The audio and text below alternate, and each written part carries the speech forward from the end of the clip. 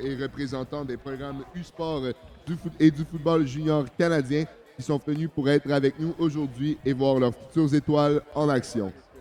At this time, we'd also like to recognize the contribution and artwork of all the volunteers, both here in Kingston and within the participating province, who have put a stellar effort to give these young men the opportunity of playing in the 2019 Football Canada Cup. Nous voudrions aussi remercier les différents bénévoles qui ont travaillé extrêmement fort pour pouvoir faire de cette Coupe Canada une réalité.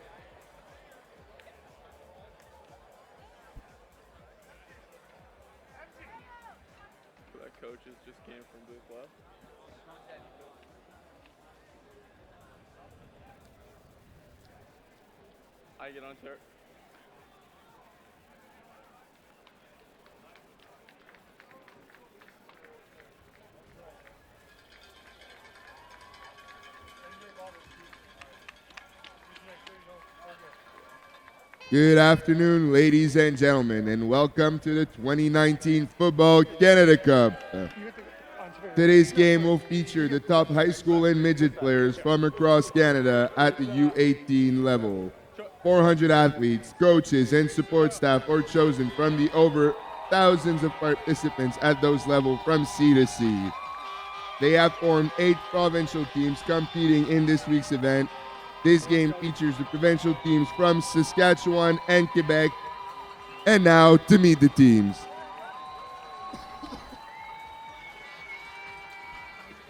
Bon après-midi, mesdames et messieurs. Bienvenue à la Coupe Football Canada 2019.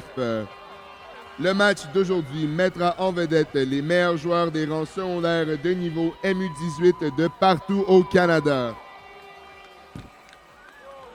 400 athlètes, entraîneurs et membres de personnel de soutien ont été retenus parmi des milliers de participants à ce niveau d'un océan à l'autre et composent les 8 équipes provinciales qui participent au tournoi de cette semaine. Ce match oppose les équipes provinciales de Saskatchewan et du Québec. Voici donc les équipes. Ladies and gentlemen, mesdames et messieurs, accueillons l'équipe du Québec.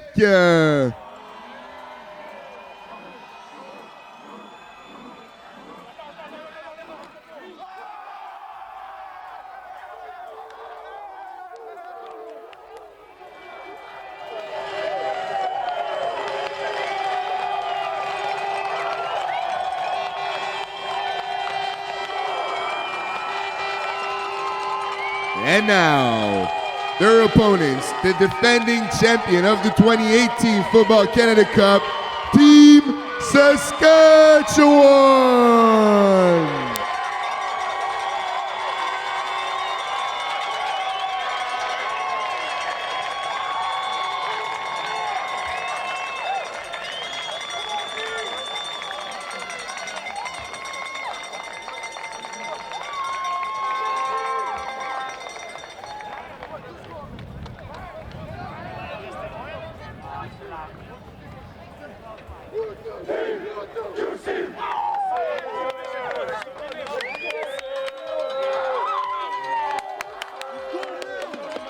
Good evening, ladies and gentlemen, and welcome to the final broadcast of this MU18 tournament. For the final game, the gold medal game, Team Quebec will face Team Saskatchewan. My name is Mathieu Leduc-Frenette, and I will be the descriptor of the game, and I will be assisted by my analyst, John Urban, the colorful.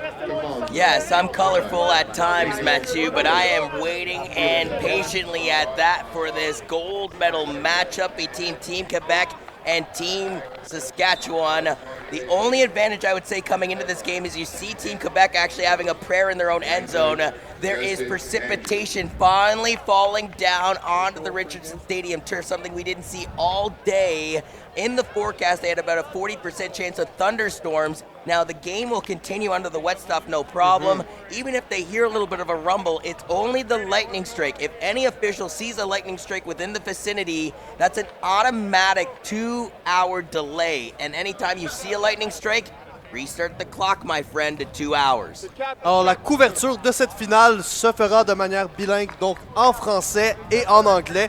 Alors, lorsque l'équipe Québec sera sur le terrain, je ferai la description en français et vice-versa lorsque ce sera Saskatchewan.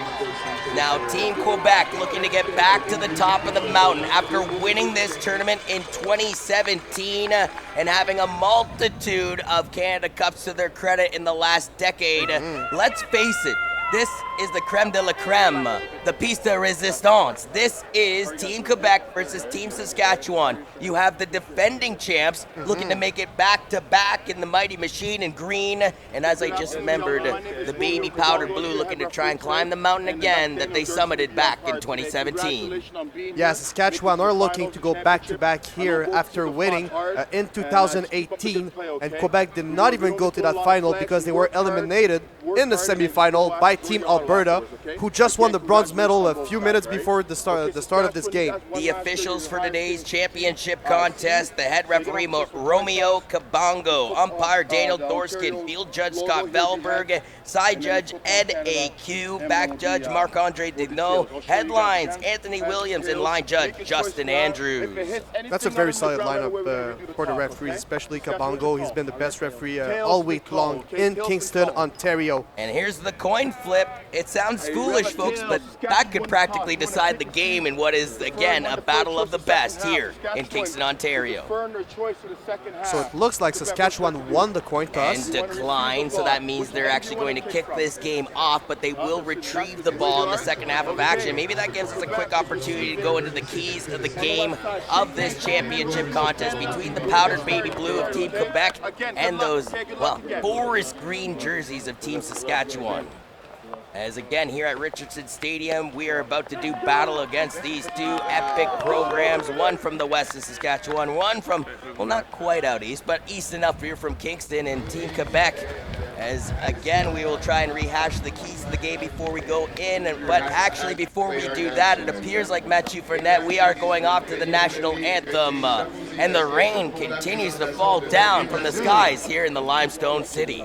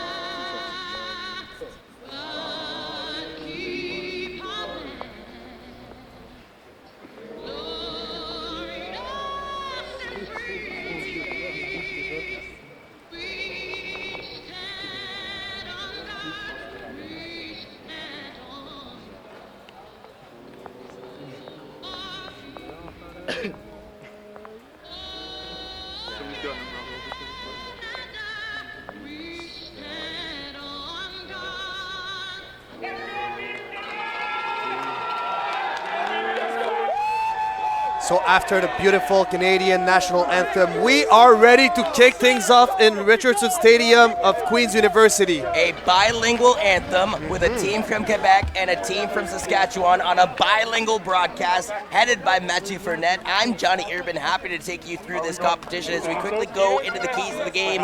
Eliminate early the running game. I mean, this is Bouchard's offense when you think about it when it comes to Quebec.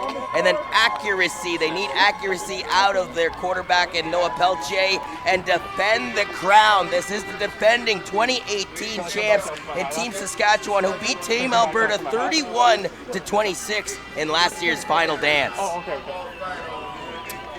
It is raining a lot, actually, at Richardson Stadium. While we see the keys of the game, we're in a turnover battle. Team Quebec had 5 interceptions entering in this final. They will need to move the ball up. They need to be more disciplined. We think about that 90-yard touchdown of Xavier Gaillartais in the second game that was retrieved because of a penalty and finish. We allowed a 50-yard Hail Mary on the last play on the game against Alberta. Since 2011, Quebec is looking to make it lucky number 7 as far as the amount of Canada Cups they have won in this tournament. First kickoff of the game et c'est récupéré par Mathieu Roy à sa ligne de 15 qui effectuera un retour jusqu'à la ligne de 30. And now the ball is brought up to the 30. It'll be an opportunity to see these powder blue uniforms go to work for Team Quebec. Now, one advantage I believe Saskatchewan has in this game is the fact that they played 8 quarters of football in this tournament. Quebec has, in theory, played 12 quarters of football because they had 4 overtimes to get over Alberta in the semifinals to make it to the big dance. So, fresh legs against the experience. Let's see who wins here. Ce sera donc une première série à l'attaque menée par Éloi Latendresse Régimbalde des Sonioutes, des Hornets de Sonioute, oui.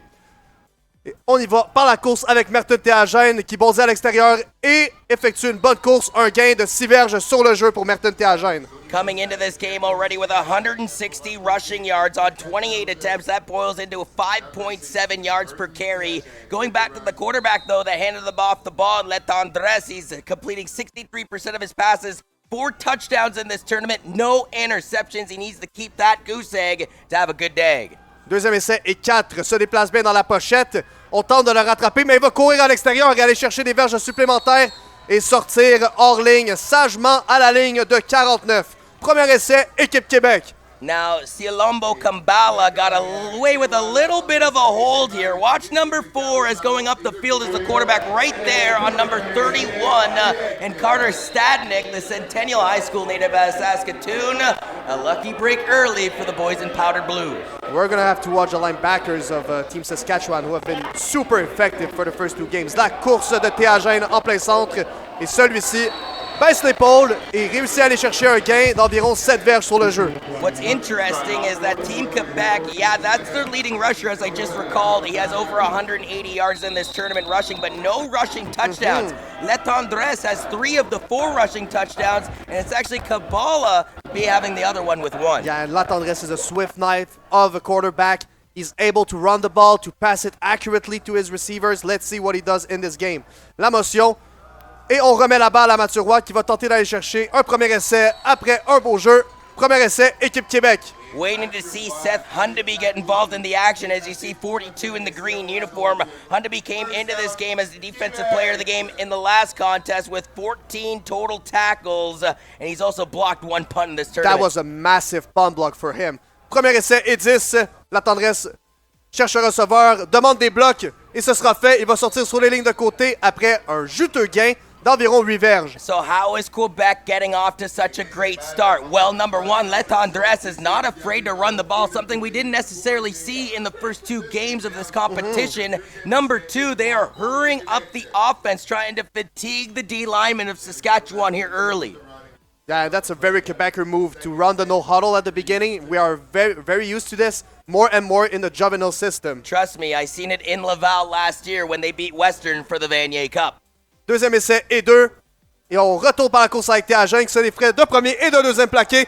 Il va à l'extérieur et réussit à aller chercher des verges supplémentaires et à sortir en touche à la ligne de 15 en territoire de Saskatchewan. You know, again, I keep repeating myself, but this guy doesn't have a rushing touchdown. I scratch my head wondering how in the world doesn't he? Watch this play down the near sidelines. Cuts back in. That might have been a little bit of an illegal hands to the face. And by my recollection, that's already 2 potential orange flags that haven't been thrown by the officials. Let the boys play. That's the sentiment right now here for Team Quebec. Maybe we will talk about those 2 penalties as the turning point of the game, even though we are only in the first quarter. The running back in the middle. Il se fera plaquer après un maigre gain d'environ 3 verges sur le jeu. His 3rd rushing attempt of this tournament. He only had 7 yards coming into this game, but again, KBK has 1 rushing touchdown, one of the 4 with their quarterback at Latendresse having the rest at 3. Oui, c'était Koku Baudin Kobali, le porteur de ballon des Loups de Curé-Antoine Labelle, donc une puissance du système québécois. Ce sera 2e essai et 6 à franchir pour la troupe de Latendresse. Cherche à droite. Et la passe était complète, alors un beau jeu défensif de la part de Saskatchewan. Et on devra faire une tentative de placement du côté d'équipe Québec. Marvelous defense by Carter Stadnick, the defensive back out of Saskatoon. Watch him on this play. Stick to his targeted from Latendresse and get that bear paw right in the grill of the potential receiver in Moncanda. I feel like it's going to be very difficult for the quarterback to find his receivers in that heavy rain. But look at Quebec. They motored all the way into the red zone, inch towards the goal line, but the drive seems to have stalled out here, and as a result, I would say arguably one of the best kickers in this tournament. It's a chip shot, but the rain is still falling down, so it's going to be slippery. Le botté d'Émile Choquet. Et c'est bloqué par un joueur défensif de la Saskatchewan. Mais, mesdames et messieurs, il y a une pénalité sur le jeu. Attendons de voir ce que les officiels ont à dire. So I'll get this reference out of the windmill early because we're probably going to use it throughout the game. Plexico Burrs shows up, and Saskatchewan shoots themselves in the foot on this special teams play because, yes, they blocked it, but they encroached before the ball was snapped. This will be free 5 yards for Quebec. And again, I would think, okay, you're just going to redo the field goal attempt. But Quebec is the type of team, if you give them free 5 yards and they're near your end zone, I'd anticipate them to take the kicking unit off. And that's exactly what they're doing now as Letandres Regibald goes back onto the turf. Alors, il y a une pénalité de 5 verges sur le jeu et l'attaque d'équipe Québec qui retourne sur le terrain pour un 3e essai et 1 verge à parcourir. Mais c'est une verge très difficile à aller chercher pour eux. 7 touchdowns in this tournament by number 5 that you just saw on your screen there. 4 throwing touchdowns and 3 rushing touchdowns. Let's see what option on the Swiss Army knife he pulls out here. Alors, ce sera 3e essai et 1 verge à parcourir. Blitz being shown by Saskatchewan, so wisely Letandres just looks back at his bench, and audible is coming here too. Ils vont donc changer leur jeu en ce 3e essai. Et ce sera par la course avec Merteuil Théagène qui sera stoppé avant de gagner la verge manquante. Ce sera donc un changement de possession. Saskatchewan reprendra possession de la balle à sa ligne de 11. And it's all the Saskatoon boys here early on the defense getting it done for the team in green. Again, another Centennial product. Reese Cack in on the tackle. That was a very important play for Team Saskatchewan here. Let's see what they do back on offense. Well, that is an amazing way to start this game if you're the defense. You bend, but you don't break. You let the team go all the way into your red zone. You potentially block a field goal, and instead Noah Peltier and his offense go back onto the field. And the quarterback for Team Saskatchewan is Noah Peltier. He's got a sensational arm. So first down, play action, and a pass that is completed to their number 16, Taygart Rowell. And for Noah Peltier, he is a man that they expect to do big things after winning a silver medal for Team Saskatchewan at the 2017 U6 Western Challenge. He was on the team, although he wasn't the starting quarterback last year. Again, this is a team from Saskatchewan that has 9 returning players from their championship dance. So second down and 5 yards to go for Team Saskatchewan here in this first quarter. 7 minutes left. And he's going to find Taggart again. And I think he will be just short of a first down here. By maybe a yard, partner. Noah Peltier starts this game 2 for 2, meaning he's 31 of 50 passing, above 60% completion, 5 touchdowns, and no interceptions. They say they leave the best for last. You have 2 quarterbacks in Letandres and Noah Peltier that have combined for 9 touchdowns, no interceptions in this tournament. And it looks like they're going to go for it on a third down. They bring a jumbo formation. That's number 1, Bryce Welter, the quarterback. And Welter, the ball carrier, easily finds the first down, so they will move the chains in favor of Saskatchewan. You know, you say easily, partner, but that's because of that big offensive line for the team in green. Watch them just stack it right here, opposite of the baby powdered blue. And it seems like an entire blanket of green went over the baby blue on that QB sneak. So back goes out Noah Peltier. Yep. In 7 men in the box for Team Quebec. They show a blitz. And Noah Peltier, another pass attempt, but this time there's a lot of pressure, and a pass will be completed to his receiver, who's going to get out of bounds after a gain of about 10 yards. Daniel Weeb had 2 insane touchdowns in the first game of this tournament. He has 295 receiving yards. Watch Peltier escape the pressure and find his open man to move the chains. First down, Saskatchewan, 5:47 remaining in the opening quarter of play.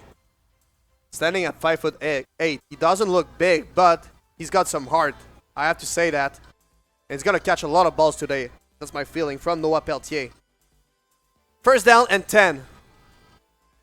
Looks like they're going to run the ball, and they do. A very nice run by the powerful running back of Team Saskatchewan here. That's Riker Frank, and he's close to the first down marker. It'll be a short second down play coming up. Now, Riker Frank joined Noah Pelche, both on the silver winning team from the 2017 U16 Western Challenge, and as well was on the team last year was Riker Frank, number 17, in your playbooks partner in that championship dance where they won it all. So this will be second down and short for Team Saskatchewan. We show a blitz from Team Quebec, 5-man rush, and one more blitz, and it's going to be the ball carrier again, a 17 who's going to win the first down and way more. He's going to get around, I would say, 8 yards, between 8 and 9 yards on this play, Riker Frank. I'm going to be brutally honest, throughout this tournament, I've been pretty harsh on the officials because we've been seeing so many orange flags, whether it's at the U16 Eastern Challenge or today here in the 2019 Football Canada Cup as the rain continues to pour down here in Kingston, Ontario. However, in this particular game, let the boys play seems to be the sentiment, as we could have seen a couple orange penalties and none so far with 4:20 in the opening quarter left. Seems like they got the memo. A lot of motions in the backfield. There is no running back there. And he will pass the ball. And it is completed. Who else? The number 17, Riker Frank, who's going to get to the 30, to the 20, the 10, and is finally going to be tackled around the 3-yard line of Team Quebec's territory. What a play here. 56 yards. They go right up the middle, and Riker Frank out of the backfield gets undetected by the secondary of the powdered blue baby sound crew known as Team Quebec. Watch him at the left side of your screen, wide open with a blocking scheme up the field from his teammate in Rhett Vavra, the Swift Current product, and it takes a plethora of baby blue jerseys to chase him down at the 5. So first down and 7 yards to go before the goal line. Noah Peltier alone in the backfield, and the pass is completed. Touchdown, Saskatchewan. Tagger rolled in on the action for Team Saskatchewan. That's his first TD of this tournament, and that will be the 6th TD thrown by Noah Pelche. And what a way to start this game if you're Saskatchewan. Your defense bent, but they didn't break. They led them all the way into the red zone, but got a turnover on a third down conversion. They got their offense onto the field. They went the entire length of the field, practically 103 yards on this drive to put the first touchdown on the board. So this will be a 1-point conversion for Team Saskatchewan. Usually those are chip shots. Well, especially for this gentleman who's been clutch all tournament long. Although And they it's a run the fake, nobody gets open, though, for Bryce Welter. Welter is tackled. And throws the ball away, and so there is no point. I thought it was a chip shot. I ask you to beg for my pardon. It is 6-0 for Saskatchewan against Team Quebec. The Gatineau native in Joseph eventually makes the play, but watch this. Nobody separates. Nobody gets open for Bryce Welter, who came into this game 3 of 7 passing for 25 yards. That wouldn't have counted for any yardage, but he'll take a completed pass. Nobody got open to throw the ball to. Team Quebec's got 2 very big offensive minds, masterminds, should I say, in their ranks as their head coach and offense coordinator. I'm talking about David Lasalle, who is the OC at University McGill, and Alex Surprenant, the OC of the Concordia Stingers. So let's see what they got in their playbook to score points here. From 2010 to 2013, Quebec made 4 straight appearances in the title game, losing to Saskatchewan 18-10 in Wolfville, Nova Scotia in 2010, but winning 3 consecutive championships in a row, all ironically against Alberta, Lethbridge 2011, London 2012, and Moncton in 2013. Alors, le botté qui roule par terre et attrapé à la ligne de 10 par Mathieu Roy, qui se fait plaquer immédiatement par le numéro 48, Noah Gadir. The Holy Cross product. It seems like all the Saskatoon boys are putting the province on their back here early. 3:22 left in the opening quarter of play, but remember that fake extra point by Team Saskatchewan as this game progresses, as again, it's just a 6-0 lead for the guys in green. Les joueurs partants pour l'équipe du Québec sur leur ligne offensive sont Thomas Lapierre, Mathis Hayes, Fabrice Thériault, Julien Pilote, Mathis Chêne, Adam Lachance et Jean-Simon Véraud. Alors, c'est Éloi la tendresse qui porte le ballon. Malheureusement, il ne peut avoir un gain de plus de 2 verges sur le jeu. Leads us into the defensive line for Team Saskatchewan. Sean Lazorda, Grayson Wyatt's on the offense. Sean Lazorda, Carter Sherville, Anthony Mateus Leipart, along with the likes of Rylan Bitts. Donc, deuxième essai et 8 pour équipe Québec. Il y a une pluie ardente sur le terrain. Fin de passe. Et on va courir avec le ballon du côté de la tendresse qui va chercher un premier essai et glissera à la ligne de 25. Safe. Into second base sliding with Letandres Regibald. Watch this play. He is fearless to go for the run first, folks, and get the first down yardage. And what I like there is he tries to protect himself as best as possible with the feet first slide. After being safe, let's see if he can hit a home run on this play. Donc, premier essai et 10 à la ligne de 26, toujours en territoire d'équipe Québec. La passe rapide du côté de Mathieu Roy. Il va courir et rattraper immédiatement à la ligne de 28, mais attention, il y a une pénalité sur le jeu. Yeah, in on the tackle is Lane Novak at a Greenall High School in White City, Saskatchewan, but the flag back at the 27, and I'll use another baseball reference for you, partner. The Saskatchewan team is looking for a double play as they got, let's say, the first out on the first drive of this game from Team Quebec. They're looking for the second out on the second drive. As the flag is for holding, apparently, according to the officials. So this could be going backwards in 10 yards. And it'll benefit Team Saskatchewan's defense here with 2:10 remaining. And again, a light trickle of precipitation from the beginning of the kickoff continues here late into the first quarter of play. And I was just going to say, as this continues, the ball's going to get wetter, the field's going to get wetter. It's going to be hard to gain traction on the ground. So it would be a good time to gain momentum on the run, even though premier essai et 20 pour équipe Québec. On y va par la course avec Merton Théagène qui se faufile dans un bon tronçon de terrain. Il va chercher 9 verges sur le jeu. And a reminder that in the Under-16 Eastern Challenge yesterday, Team Quebec beat Team Ontario to win the title for a second straight year. It would be a golden weekend here in Kingston if their Under-18 can come away with the victory as well. Oui, l'équipe des MU16 du Québec qui a remporté le championnat hier contre l'équipe de l'Ontario. Une victoire éclatante de 28-7. Alors qu'on demande un temps d'arrêt sur le terrain pour l'équipe du Québec. On va discuter un peu de la stratégie et du prochain jour qu'on amènera sur le terrain avec un deuxième et 11. And with a 2nd and 11 coming up here, Team Quebec takes the first timeout of the game taken by either squad with 98 seconds left here in the opening quarter of play. You're looking down at field level, and the head coach, Jeff Stusik, or I believe that's actually one of Jeff Stusik's, I was going to call him henchman, but essentially one of his coaching staff members. Now, Stusik is in his second year of coaching this Saskatchewan team. He led them to gold in last year's competition in his first year as the coach. He also helped out Team Canada's wide receiving and special teams corps at the International Bowl last time in Arlington, Texas. Donc, Éloi Latendresse qui est de retour sur le terrain avec 1 minute 38 toujours à faire dans ce premier quart. Voyons s'ils vont sortir un lapin de leur chapeau ici à la fin de ce premier quart. Donc, une formation shotgun avec 5 receveurs. Une motion de Théagène. On y va par la passe. Et la passe était complète. On tentait de rejoindre Mamadou Ba, le receveur de 6 pieds 5. The Terrebonne, Quebec native had to go in and out of his hands. And again, I go back to how it's been raining all quarter long. Watch this one go into him and just slips out. And I think the precipitation, whether it's on the ball or on his equipment, plays a factor there. Yeah, usually that guy a commit for Vanier College. And that one last play, just to kind of reiterate, great line protection for one of the first times in this game for the quarterback, Letandres. He didn't have to think run first. He went through his reads. Donc le botté est assez court. And it looks like they will whistle the play down.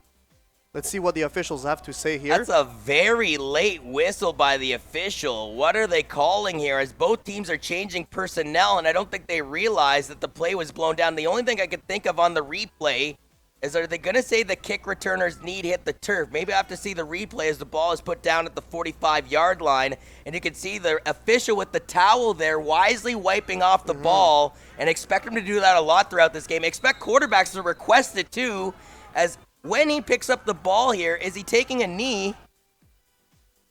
Why is the ball at the 45-yard line? So first down and 10 for Team Saskatchewan inside Quebec's territory.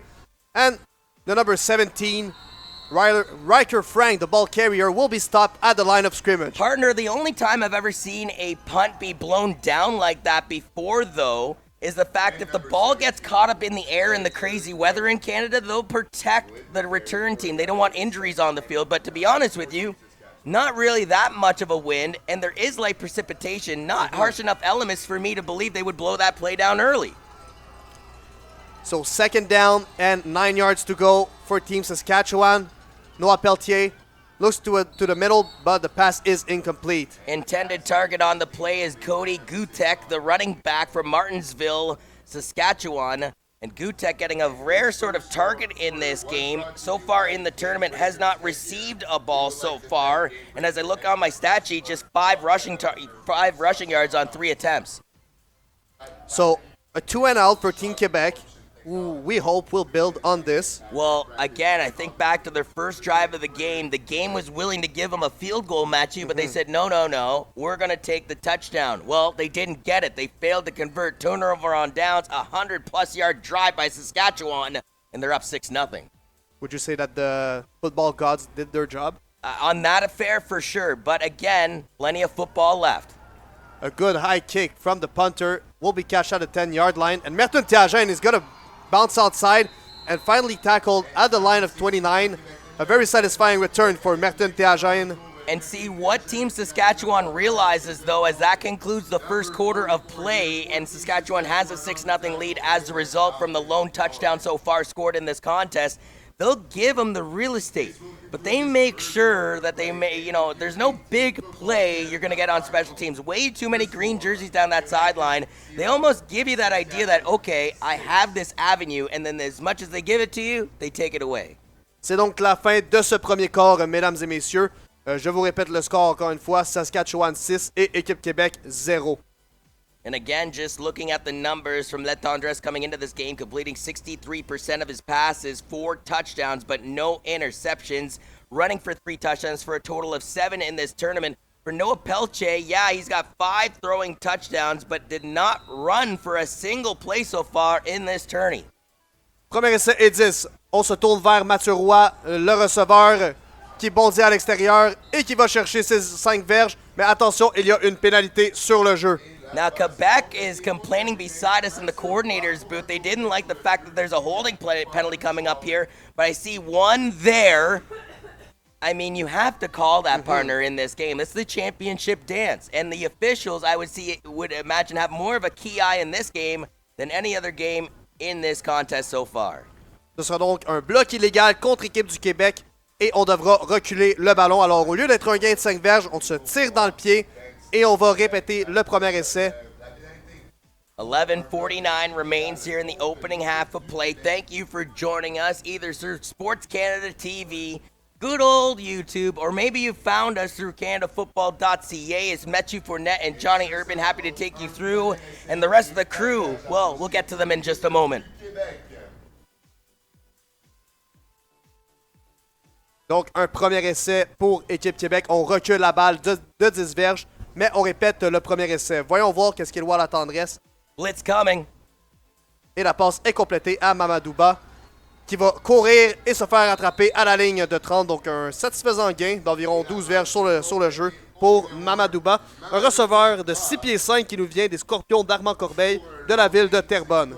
6'5", 190 pounds of man here by Mapamdo Ba. And what I liked on that particular play was they knew the blitz was coming. They knew somebody was going to get open, and Letendres recognized them right out of the gate. Donc, un deuxième essai et 7 verges à parcourir pour Équipe Québec. On se retourne encore une fois vers la passe. Non, c'est une feinte d'Éloi Letendres qui va courir avec le ballon. On sait qu'il a des bonnes jambes, mais il va chercher un autre premier essai pour l'équipe du Québec. I mean, I haven't necessarily kept count, and we don't have live stats at our fingertips, but I believe that's the 3rd running first down by the quarterback at Letendres. Oh, we know he's got very good legs. And sometimes little misdecisions from him, either to pass the ball or to run with it, but generally a very smart and elusive quarterback for Team Quebec. 92 rushing yards coming into this game on 11 carries. That's an average of 8.4 yards per carry by the QB. Donc, ce que je discutais avec John, c'est que Éloi Latendresse est capable de courir ainsi que de passer la balle comme il va tenter sur ce jeu. Et c'est capté. Donc, passe et course d'environ 8 verges. Et le receveur était David Chilombo Kambala. Il mesure 6 pieds 3 et 206 livres. Et il nous vient des Aigles d'Or de Dalbévio, une école reconnue pour son jeu physique, mais de qualité. And you'll see Kobe Lang come in here with the tuna can trying to pry it open at the very end before his teammate there filled in on the action and Ethan Kurtz. Selon deuxième essai est court pour l'équipe Québec. Oh, et on a bougé trop vite du côté de l'équipe Québec. C'est le numéro 69, Jean-Simon Véraud des Dynamiques du Collège Charles-Lemoine. Donc on va reculer la balle. 1, 2, 3, 4 flag on the play there, Mathieu, with 9:52 remaining here in the opening quarter of play. In French, we call those tissues, so mouchoir in French. So yeah, we would say that we see 4 mouchoirs on the field. Well, you need a tissue when you're crying, and I'd imagine you'll keep crying if they keep seeing these orange penalty flags. Now, a good little break in the sky. Not only is there a bit of a blue sky to the eastern side of the stadium, but a lovely rainbow. And just to say a little word about the tissues, I hope that Jeff Steen won't get too sick. Sorry for that. I had to plug it. You had to get in that pun. As there is a timeout taken by Team Saskatchewan, their first timeout taken in this game now. The teams have 2 each with 9:49 remaining here in the opening half of play. Yeah, and they're known for their discipline and their execution, so it's kind of bizarre to see this happening to Team Saskatchewan, but let's settle things down. Let's discuss it. It's better to be safe than sorry. So. The officials pointed at Team Saskatchewan. Our good old PA announcer Gabe announced Team Saskatchewan, and the scorekeeper took a timeout off the board for Team Quebec. So I hope that doesn't play a factor later in this game, and I'm a coach for Team Quebec. I know how many timeouts I have in my pocket. I'm not even worried about what the scoreboard says. Ce sera donc un deuxième essai et 7 verges pour l'équipe Québec.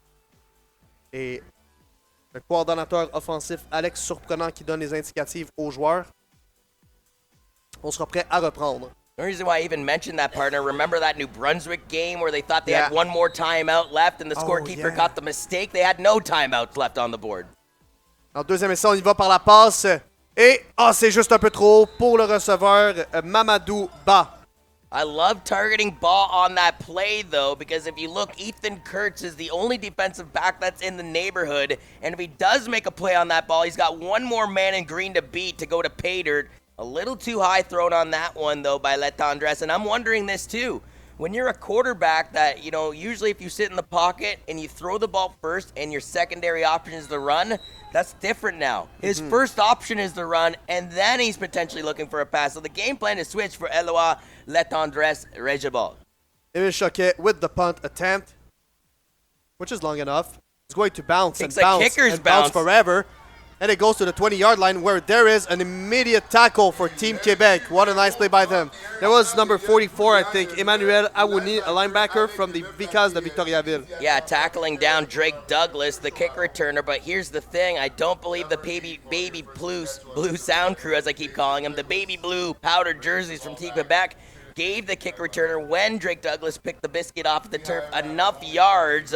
So it looked like their kicker had to pin their opponents within the 20.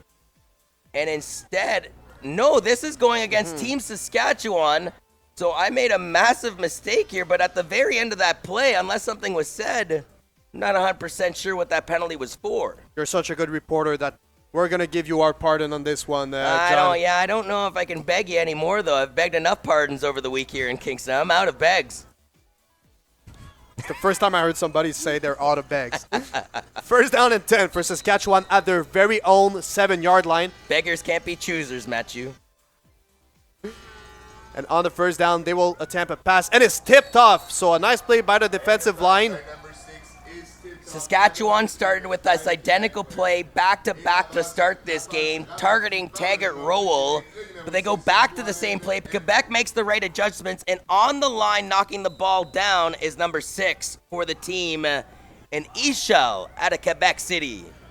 And Byron Archambault, the defensive coordinator of Team Quebec, is a very smart guy, and he will adjust quickly on what the offense shows on the other end of the football. Second down and 10 yards for Team Saskatchewan. Another passing play, and he's looking deep, and it is intercepted. Interception d'équipe Québec on the 10, the 5, and he's maybe finally going to be brought up, but they're pushing. There's a pile, and it's good. Touchdown for Team Quebec. Now, here's the thing, though, partner. No official indicated. Now they do. They waited very long, but multiple flags also on the play. Yeah, multi-penalties on the play as David Gauthier-Gonzalez, the defensive back from Collège Laval, did an amazing play to intercept the ball and never give up on that play, and they score a touchdown. But hold your horses. Let's wait to see what happened there. And the penalty looks against Team Quebec. Now, I think what they're trying to say here is that they were trying to blow the play dead, and Quebec came in at the end and pushed the dog pile forward. So it's a 5-yard penalty. But Team Quebec will retain possession, and they will bring their offense back on the field. What an incredible play by David Gauthier. Gonzalez came into this contest with 5 total tackles and no real special stats to speak of. An interception and almost returned for a touchdown from outside of the 20-yard line. The biggest play for that young stud from Laval. Alors, on devra faire vite du côté d'équipe Québec qui a ramené son attaque sur le terrain. Jean-Simon Verreau going in there at Boucherville, Quebec. Comme il restait à la ligne de 9 en territoire de la Saskatchewan, il y a beaucoup de pression sur le corps arrière. Éloi La Tendresse va quand même soutirer une petite verge à la défense de Saskatchewan. And if I'm a Quebec fan, I hold my breath every time I see La Tendresse go into the jaws mouth of the Saskatchewan defensive line. He goes through his reads, realizes, okay, the pocket's collapsing, but watch how the support comes into your picture for the mighty machine in green. Yeah, there are 2 very good linebackers that I want to talk about. Those are Lane Novak, number 41, and Seth Ondeby. And the 2 linebackers. Seth Hundeby, 2-time defensive player of the game in this tournament already. Éloi Tendresse, la remise. Amertume Théagène, mais on n'ira nulle part cette fois-ci. And who else? Seth Hundeby with his lion mane goes in there as a hungry lion. His hair is amazing. It reminds me of one of the greatest safeties of all time, Troy Polamalu of the Pittsburgh Steelers. Get this man a Head and Shoulders ad. I would give him Head and Shoulders for a year if he won Defensive Player of the Game for a 3rd time in a row. That's right. We got to get the Head and Shoulders people out here. 7:36 now remains, though, in the opening half of play. Saskatchewan still hanging on to that 6-0 lead. Now, think about it. Quebec could have kicked the field goal on the first drive. They didn't. They could, in theory, have tied the game on this field goal. Instead, they'll be trying to cut it in half from the 19-yard line. Alors, on va tenter un placement du côté d'Émile Choquet et du Québec. La remise est bonne et le botté également. 3 points s'inscrivent sur le tableau pour l'équipe Québec et la marque est maintenant de 6-3 pour l'équipe de Saskatchewan. So again, go back though to that first drive by Team Quebec where they got stymied in the red zone and they decided in the red zone to go for it on a 3rd down convert. In fact, they originally tried the field goal, which was blocked, but a 5-yard penalty was taken by Team Saskatchewan on that play. So because it turned into a 3rd and 2, Quebec said, well, wait a minute, we should just go for it. Well, if they stuck to what the game had given them, it would have been a 6-all ball game right now with 7:21 remaining in the opening half. Instead, the lead's cut in half with the ball placed at the 35. So Team Saskatchewan's offense is going to get back on the field with their leader, QB Noah Pelletier, who won the silver medal for Saskatchewan 2 years ago in the MU16 tournament. The snap is a little high, and he's going to try a pass to number 5. It is caught, and is finally going to be tackled after a gain of 8. By the way, Emile Chakut is now 4 of 7 in the field goal departments in this tournament, and he's 6 of 7 for the extra point. So he's been far from perfect, just above 50% as far as the field goal range, and 90% on the extra points. Look at the high snap settled down by Noah Pelletier, and yet he still found his teammate and Carson Dirksen at a Hayford High School. So 2nd down and short, about 1.5 yards to go for Team Saskatchewan, who will try to move the chains here. Motion from the receiver. It's going to be a passing play, and it is caught. The motion man receiver to Gart Rowell. Yeah, it's funny, his name's Taggart, and yet he's targeted Roll throughout this entire first half of play. Something that he's done numerous times throughout this tournament, though, is coming into this contest. Taggart Roll had already been targeted 13 times for 10 catches, 116 yards. That was good for a gain of about 5 yards for Team Saskatchewan, and they will get a new set of downs as Noah Pelletier goes on the shotgun position. A real light dusting of rain still, despite the fact that there's breaks of blue clouds on the horizon. Another pass for Noah Pelletier, and he finds his receiver, who will catch and run the ball for some yards. Yeah, and he'll finally be tackled at the line of 53, but in Quebec's territory. Yeah, and I think he's close to the first down is Rhett Vavra, the Swift Current product. Watch him reel in this perfectly spiraled ball to the near sidelines. Great job by our crew at the sidelines, where our own Nazim Wadi is there. And by the way, he'll have a halftime interview for us and post-game championship interviews. We appreciate you, Mr. Wadi. Yeah, Nassim Wadi, who's been an analyst with us for the whole tournament. We thank him so much for the job he's done. Always an amazing job of research and quality comments throughout the tournament. Second in inches, so they'll put their backup quarterback at the helm, and Bryce Welter. He's already converted on a very close and identical play. So Bryce Welter under the snapper. No, and they run a jet sweep with number 19, who's going to try to catch outside. But nice reaction by the defensive player of Team Quebec, who kept the contain here. And a loss of 3 yards for Team Saskatchewan. What a disastrous play for them. They go to the Rosetown product on the fake QB sneak to the jet sweep to the outside. And again, the Rosetown native out of Saskatchewan and Daniel Weeb is stuffed in his tracks by Dylan Jejet out of Levi.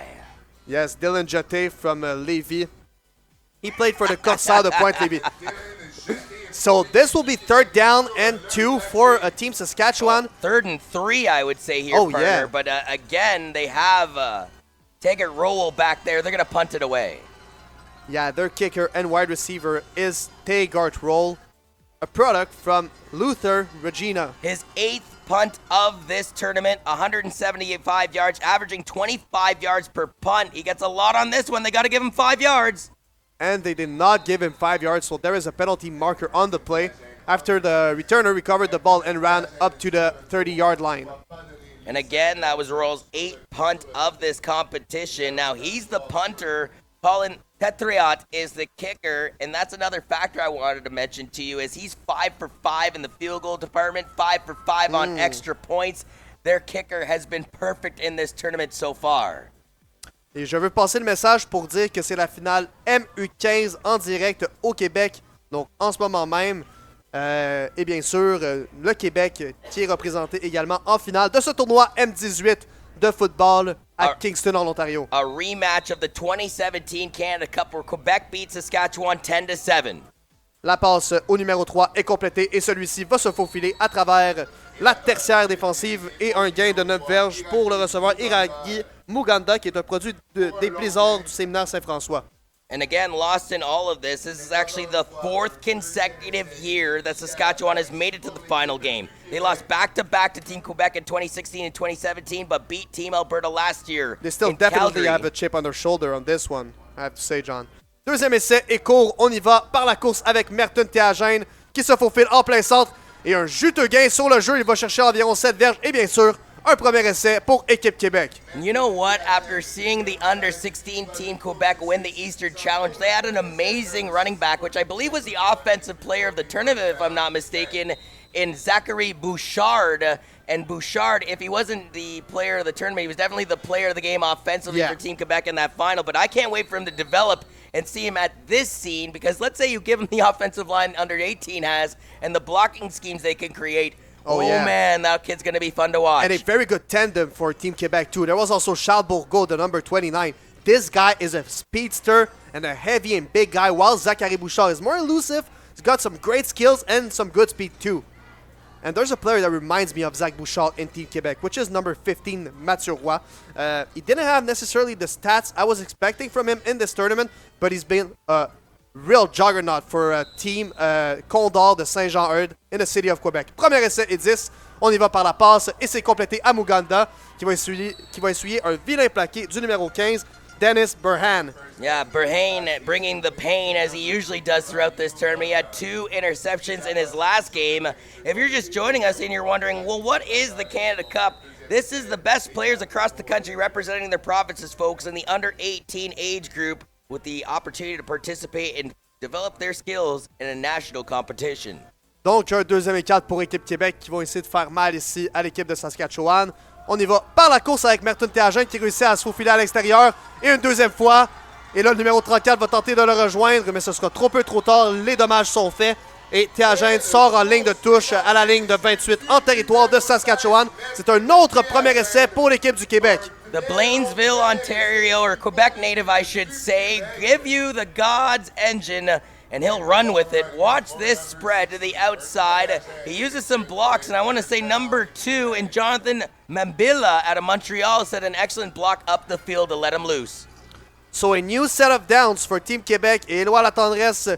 La fin de remise, il va porter le ballon. Non, il va porter le ballon à 100% et sortir en ligne de touche après le gain du premier essai. Mais je veux mentionner le bloc de David Chilobo Kambala, un violent bloc sur les lignes de côté pour donner de l'espace à son corps arrière. I mean, Let Andres Regibald is averaging in this game a first down every time he takes off with the pigskin.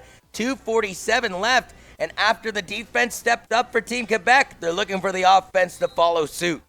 A very high-paced offense, a lot of no huddle as we blow the 3-minute warning of this first half in the second quarter. They say the offense sells the tickets, and I've said this a million times throughout the tournament, but it's defense that wins the championships. Only 9 points put on the board with 2:45 left in the second quarter. Un premier essai pour l'équipe Québec, on y va par la course, mais arrêté directement derrière la ligne de mêlée. Yeah, in like a bull on a china shop. I believe that was Carter Sherville out of Holy Cross High School in Saskatoon. Oui, c'était le porteur de ballon Koku Baudin Kobali, le porteur de ballon qui nous vient des Loups de Curie-Antoine Labelle. What a cool name. Yeah. Deuxième essai, et on y va avec un dur compte du côté de l'équipe Québec pour tenter de recevoir des informations de la défense de Saskatchewan. On reprendra donc. Blitz coming. Ce sera par la passe, un blitz.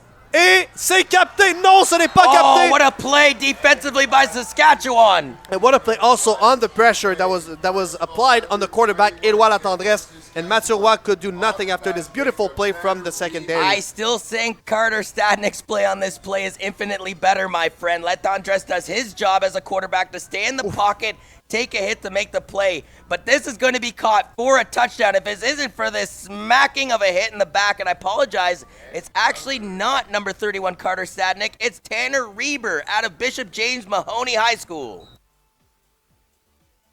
Ce sera donc une tentative de placement, une deuxième dans ce match pour Émile Choquet qui a réussi sa première. Il est 4-7 dans le tournoi et 6-7 sur les convertis d'extra points. Chance to tie the game from 26 yards out. Et c'est bon, ça passe entre les deux poteaux. Donc c'est l'égalité la plus totale. It's all tied up in the Richardson Stadium of the University of Queens. It is 6-6 between Saskatchewan and Team Quebec with 2:15 remaining on the clock. And I know that's just a 20-plus yard field goal, so the majority of professional field goal kickers look at that and go, man, that's easy. But this kid makes it look easy. Going back to the touchdown-saving hit, though, by Tanner Reber, keep an asterisk next to that one as this game goes on in a 6-6 tie. So again, Saskatchewan's defense stopped Quebec in the red zone on their opening drive. They came back all the way down the field to get a touchdown. They mixed the extra point to go up 6-0. Back-to-back field goals have tied things up at 6-6. And it looks like a chip shot, but this is the biggest stage in Canada to play football, so a lot of pressure on these young kids. Ice water in the veins. Yes. So first down for Team Saskatchewan at their very own 35, and we're going to go by the run. It is number 17 again, Riker Frank, but he goes nowhere after a small gain of a yard. And Quebec has to be a little careful here. It's one thing to pump up your own tires, but after every single play to do a bit of a, I don't know, macho man dance is a little much. So again, calm it down if you're Team Quebec. There is still too much football to be played here in Kingston on your Saturday evening. And look, the sun has broken through the skies, folks. This is what you want to see for the last game of this tournament. On a beautiful Saturday night to play football in the Richardson Stadium. 6 receivers there. He's going to make a pass. It is a screen pass, well executed. And he's going to get the first down and even more. He's going to run to the sideline. He's at a 50. He's going to cut in and be pushed out of bounds at the 35-yard line of the Quebec territory. What a nice catch and run from the receiver, the running back, should I say, Riker Frank. Riker Frank came into this game for Team Saskatchewan, leading the pack from the rushing position with 109 rushing yards on 22 attempts, averaging 5 yards a carry, and has 2 rushing touchdowns as a result. He carries them literally from their end of the field deep into Quebec territory at their 36-yard line on a single gallop. So after a beautiful screenplay, it is first down for Team Saskatchewan on Quebec's 36-yard line. Let's see what they do here. Play action and the pass. is caught by the receiver, but he fell down because he juggled with the ball, so a gain of 4 here. Now, I find it interesting, too, partner, because when Saskatchewan beat Alberta last year, it was a barn burner. 31-26 with a last-minute drive winning it for Saskatchewan and Calgary, Alberta. But when these two teams played each other, well, in back-to-back years, Winnipeg in 2016 and Wolfville in 2017, two completely different ball games, in my opinion. Saskatchewan was held to just 8 points in a 25-8 win by Quebec and Winnipeg in 2016. And then a tight, awfully similar to this game, 10-7 final for Team Quebec over Saskatchewan in the 2017 finale. So a timeout was asked by Team Saskatchewan on this play, so they will discuss their strategy with a 2nd down and 6, and a good opportunity here to put points on the board. Yeah, they still have 2 timeouts at their disposal, too, with buck 17 left on the first half clock in a 6-6 game. 1 touchdown and a missed extra point, and 2 field goals have got us to this point of the contest. And I think you forgot to say, a beautiful sun in the sky. That is correct, and let's hope it sticks around for the rest of this game. Yes, on a 2nd down and 6, very important play here. Let's see if they can gain some territory and move the chains. There will be a passing play there. Riker Frank. Oh, and a nice reaction by the defensive back of Team Quebec. If my eyes are not mistaken, it is number 20, CC, Costelans-Clervaux. Yeah, you got it right on that, partner. That's the Montreal native, 5'11", 151 pounds. And again, you see Riker Frank get free here to the left side of your screen. He's wide open, but again, that secondary of Quebec honed in on him to bring up 3rd down. And Saskatchewan's debating going for it here. Remember, they have 2 timeouts to work with if they don't like what they see. Oh, it definitely looks like they're going for it. On a 3rd and 6, there was no doubt in Noah Peltier's mind and his offense. I could see them trying to get Quebec to jump, though, and if they don't, take a timeout.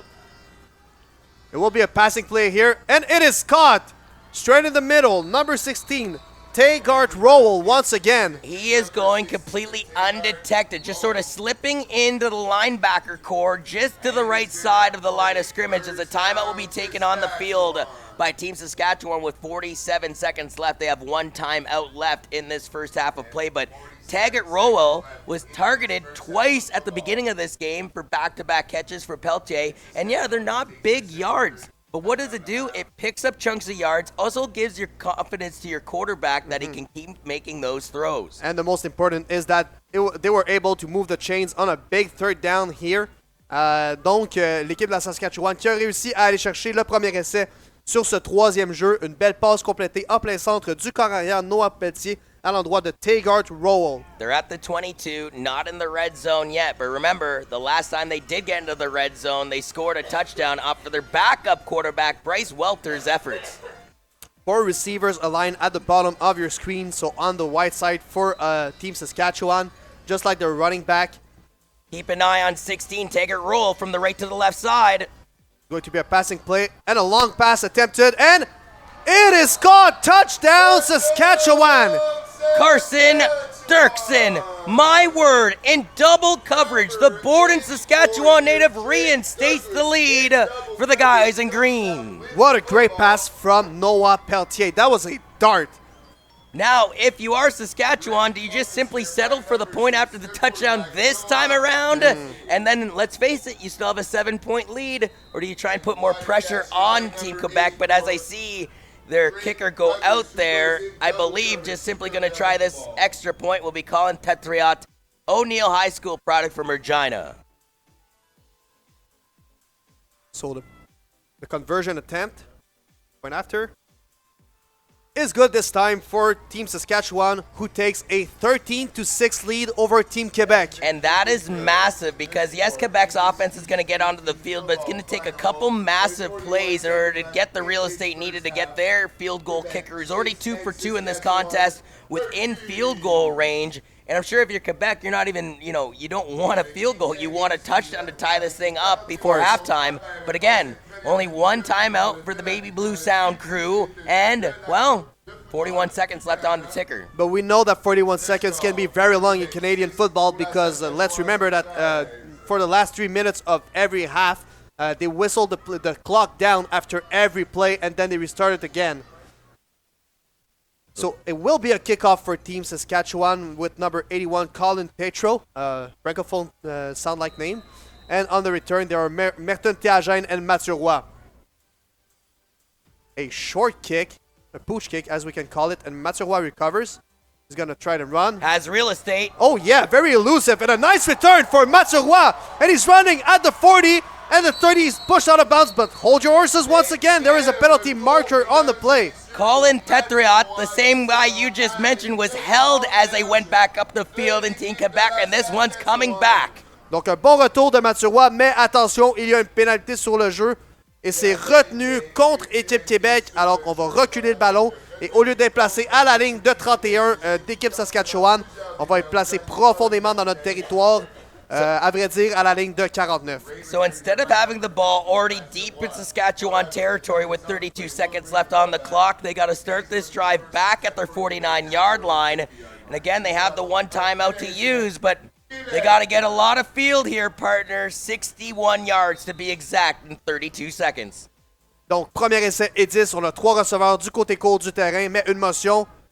Fin de remise à Mathieu Roy, et ce sera une passe d'Éloi Torres qui regarde loin, mais qui va se faire rattraper dans le champ arrière. C'est un sac du corps pour l'équipe de la Saskatchewan. Your offense just put up another touchdown of your team Saskatchewan. Now your defense is finally sacking the quarterback and Latendresse Regibald. All systems green, all systems go for Team Saskatchewan, who outscored their opponents in the 2018 Canada Cup 111-40, beating Manitoba, Ontario, and Alberta to win it all. And that was Carter Sherville on the QB sack. Deuxième essai est long à faire. La passe est captée par Mamadou Ba. Tente de revenir à l'intérieur. Fait quelques belles feintes et a beaucoup d'espace devant lui. Il va aller à l'extérieur à la ligne de 50 et il sera finalement rattrapé à la ligne de 42. Mais cette fois-ci en territoire de la Saskatchewan et il n'y a pas de mouchoir sur le jeu. Listen, I love the effort by Ba on this play. The only problem is it took about 14 seconds of game clock, and it whittles it down to just 3 seconds with the ball at the 41-yard line. So a nice play, but just poor timing right now by Ba. Il faut faire attention, il reste seulement 3,3 secondes à cette première demi, mesdames et messieurs. Alors là, c'est de savoir. On a pris un temps d'arrêt d'ailleurs du côté de l'équipe Québec pour en discuter. Est-ce qu'on essaie une passe courte en moins de 3 secondes, aller chercher des verges supplémentaires et tenter le botté de précision avec Émile Choquet, ou on y va plutôt avec une bombe pour marquer un touché immédiatement? Ce sera donc à suivre. Last time out of the first half of play taken by Team Quebec.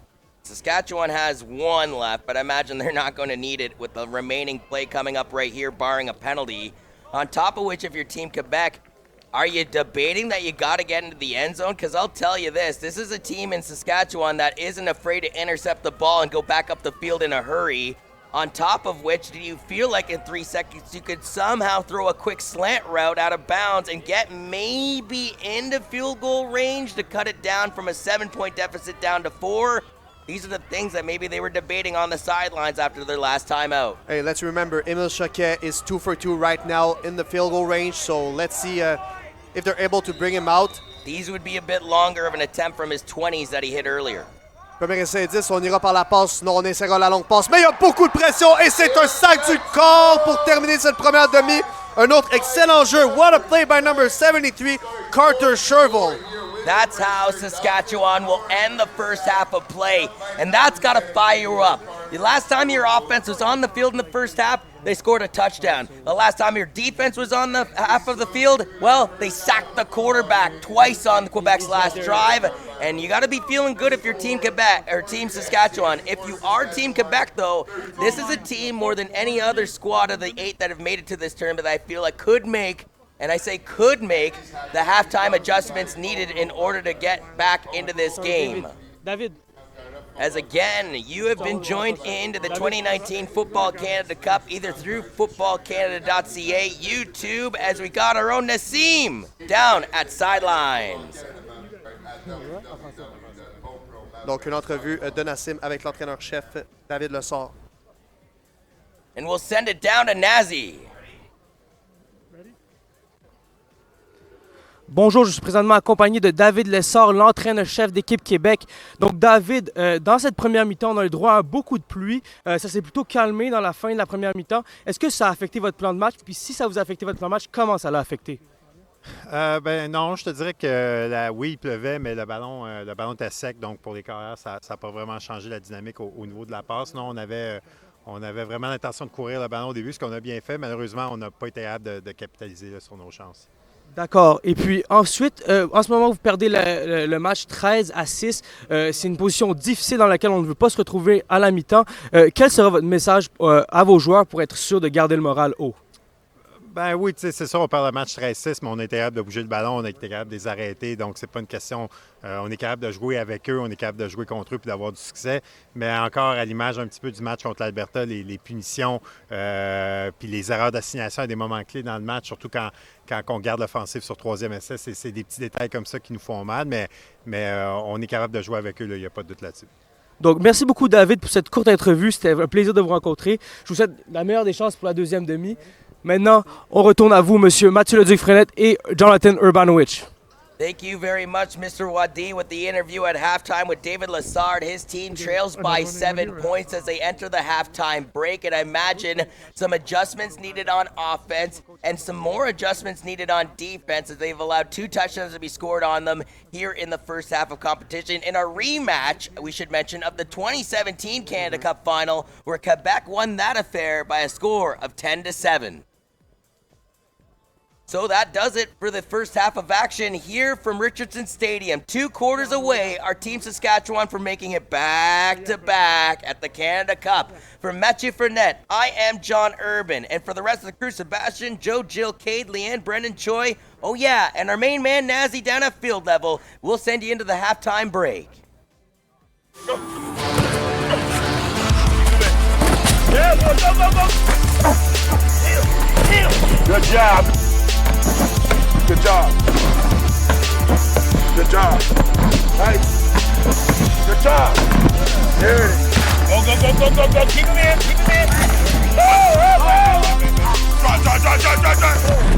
That's the way to accelerate. I can't hear you. What's the difference between a good defense and a great defense?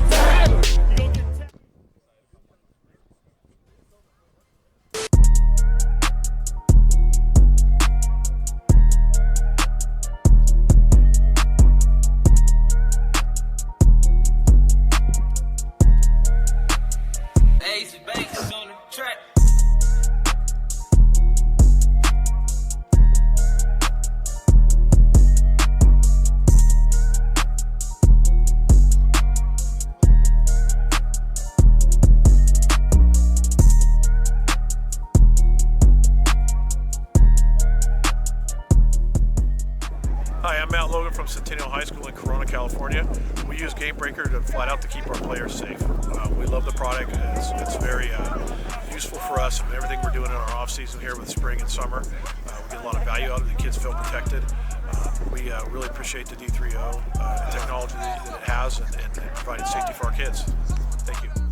As a youth coach, you're asked to do it all. Huddle is here to help. We have the tools to make every video a learning opportunity. You can add comments and drawings to any play and share those clips with players so they can see what they did well and how to improve. You can also use Huddle to connect with built-in messaging, notify the entire team of last-minute changes, request feedback, or assign tasks. Head to the field knowing everyone is on the same page. And for those moments you want to celebrate, Huddle makes it easy to create and share highlights. Build an end-of-season reel while your players customize game highlights for their personal profiles. Make this the season you coach, connect, and celebrate, all with one tool. Sign up for a free trial to see how Huddle can help you this season.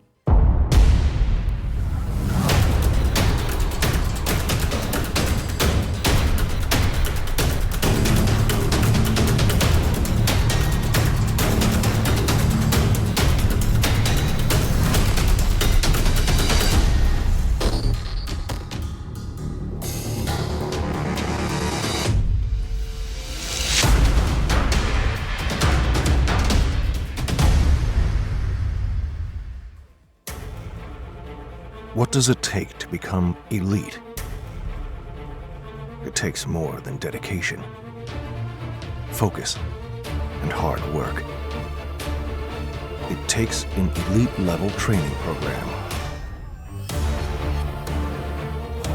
customized sport-specific, online. Your perfect workout every time. That's Volt Athletics.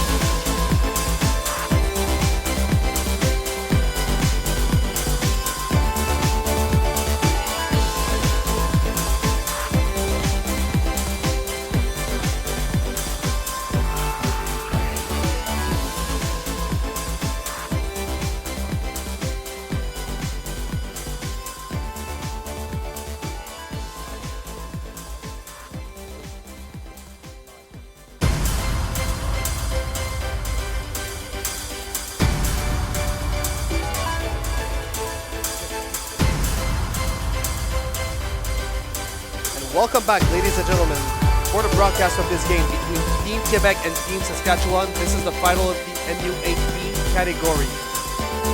And again, great competition here in Kingston, Ontario. Marvelous job, by the way, by all the volunteers that have made this week possible here in the Limestone City. 650 athletes, coaches, and volunteers being fed, being housed at the residencies here at Queens. It's not an easy task, and it takes a village to put something like this together. And after seeing the conclusion of the U16 competition last night between Team Quebec and Team Ontario, where the host fell to Team Quebec, the U18 team is for Team Quebec is trying to make it a little back-to-back and back-to-back days, whereas for Saskatchewan, they're trying to defend the crown after outscoring their opponents 111-40 in the 2018 version of this tournament. Well, they're not quite on that pace offensively here in 2019, but all they need is 2 more quarters of quality football, and the guys in green, well, they're going to be singing a little bit of Drake, like Drake Douglas, back-to-back. Donc, 2 possibilités de back-to-back. And we're going to join Nassim Wadi on the sideline in a few moments. So he's going to ask some questions to the head coach of Team Saskatchewan. The man that led them to the championship victory last year is down with our own Naz. All right, so coming off the halftime break, I'm here with Jeff Stusik, the head coach of Saskatchewan's team. Right now, you're leading against Team Quebec 13-6. What was your message to your players in this halftime? I told our players we need to clean up our mistakes. We're playing a really good football team that's not going to quit, so we got to play our best half, and they know that. If we play our best half, we have a chance. We got to be mistake-free, though. All right, and if we look back at history, you won the previous Football Canada Cup in 2018. Do you feel some pressure repeating that exploit back-to-back? Not really, no, because this is a different group of players, and we're playing one football game. We try to keep it simple. We got to beat Quebec today, and if we do, we're going to win gold, and if we don't, we're going to win silver. All right, thank you for your time. It was really appreciated. Have a good game. Thank you. All right, back to you, John and Matthew. So thank you very much, Nassim, and we will be ready for the captain meeting at the center of the field. What kind of adjustments do you want from Team Quebec, partner? Let's face it, you got a little bit of biasness underneath you from the province of Quebec. It wasn't a bad first half for Team Quebec, to be honest, especially on the offensive side of the ball, but the result is bad. Only 6 points during the first half. Now, this is from their first offensive drive. That block was kicked, but a Saskatchewan penalty gave enough their opportunity, so they tried to go for it on third down. An epic play, though, picking up the slack was Reese Cack, and essentially that denied the opening drive for Team Quebec, and his offense went back onto the field. Riker Frank with a massive catch from his quarterback and Noah Peltier, as both of those won a silver medal in that tag team for Saskatchewan 16 team at the Western Challenge in 2017, and then they finally cap it off here with the catch from Taggart Roll. And let's remember that on that first drive, it was 105 yards to find their way to the touchdown. So that was a great first drive for Team Saskatchewan after that big stop on a third down against the run of Team Quebec. That was an attempted 2-point convert by Bryce Welter. And again, you watch a big play coming up here with Noah Peltier pretty much having his back to the end zone. Has to get rid of it in a hurry, but it's intercepted by Team Quebec. The only thing, though, a penalty actually brought this play back from where we thought it was going to be into the end zone. Watch the dog pile push everybody in. Quebec celebrating, but no, a penalty put it all the way back, and they had to settle for a field goal on this drive. But 2 for 2 in the field goal department for their kicker in Emil, and as a joke, he's got a meal of a day right now as his team's still down by 7. I get it, man. And after an exciting first half, it is 13-6 for Saskatchewan, and we will be ready for the kickoff. And the rain has gone away. The sun has come out to play. It's football time. The ball will be recovered on the 15-yard line. Saskatchewan player tries to go outside, but is joined and tackled down at the line of 29 of their very own territory. Looks like it was the Swift Current product Rhett Vavra on the return up the field, and that's where Saskatchewan, who, by the way, won the coin toss, deferred to the second half, and as a result, get the ball back with a 7-point lead to start the second half. And the Noah Peltier-led offense is back on the field for Team Saskatchewan. They were able to score 13 in this first half. And 6 of them came from a 105-yard drive, a spectacular play to their running back and receiver, Riker Frank, who is in the backfield right now with 5 receivers. They will give him the ball, and he's going to run outside. A very nice run by him. Trying to find some space, and is finally going to be brought down at the line of 45 after a gain of, let's say, 15 great yards for him. And for Riker Frank, he already had that massive catch in the first half where he went undetected out of the backfield from the secondary of Team Quebec. Here, he just says, oh yeah, I'm a running back, boys. This is my natural position, and watch how I go to work. So a new set of downs for Team Saskatchewan at their very own 46-yard line. Let's see if they can kick things off like they did in the first half. Another run from Frank, but this time he's going to be brought down after a small gain of about 2 yards. Maybe we'll see it on the replay here. Either Frank kind of hesitated or there was a bit of a stumble. Remember, the rain has gone away, but that doesn't mean that there's not a little bit of wet stuff on this turf as he tries to make the stutter step in, and that was just Riker Frank trying to make something out of nothing. So it will now be a second down and 8 yards to go for Team Saskatchewan. Frank came into this game 109 rushing yards on 22 carries and 2 rushing touchdowns in this tournament, but the majority of his damage has actually been done in the air today. It's going to be a passing play. No, it's a screenplay. So once again, the screenplay, and this time it's going to turn out well for Team Saskatchewan with a gain of the 10 yards and a new set of downs for them. And who else? Riker Frank again hooking up with his longtime teammate at the provincial level in Noah Pelche. Again, these guys as a tag team won a 2017 U16 Western Challenge, the 2018 Football Canada Cup, looking to make it back-to-back here in Kingston. So on a screenplay, you want the defensive line to come in. Yeah, to come in. But that's a fake because the offensive lineman led the D-line pass to make blocks for their running back who catches the ball. And on first down, it is a catch for about 8 yards for the wide receiver, Drake Douglas, who's at 5'9" tall and from Caronport High School. Very good pronunciation. The Saskatchewan people will be very happy with you, Matthew. 9:25 remains here in the third quarter of play. A 7-0 lead that Saskatchewan went into the locker room with is still maintained here.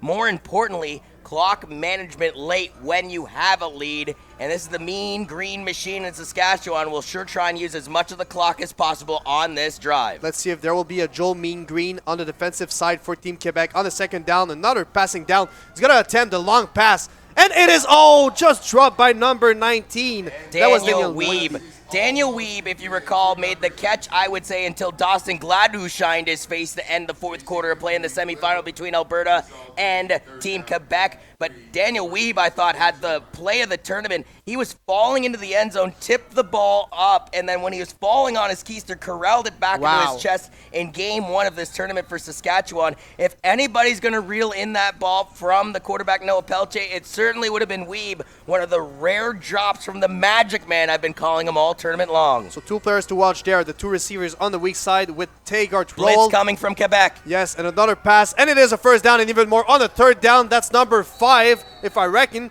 Carson Dirksen. Now, you were talking about that half-back screen that they ran earlier and how the defensive line just sort of lures them in order to burn them. On this particular play, Saskatchewan knows the blitz is coming from the far edge, so they just use it to their advantage, pass it to the near side to CD Carson Dirksen.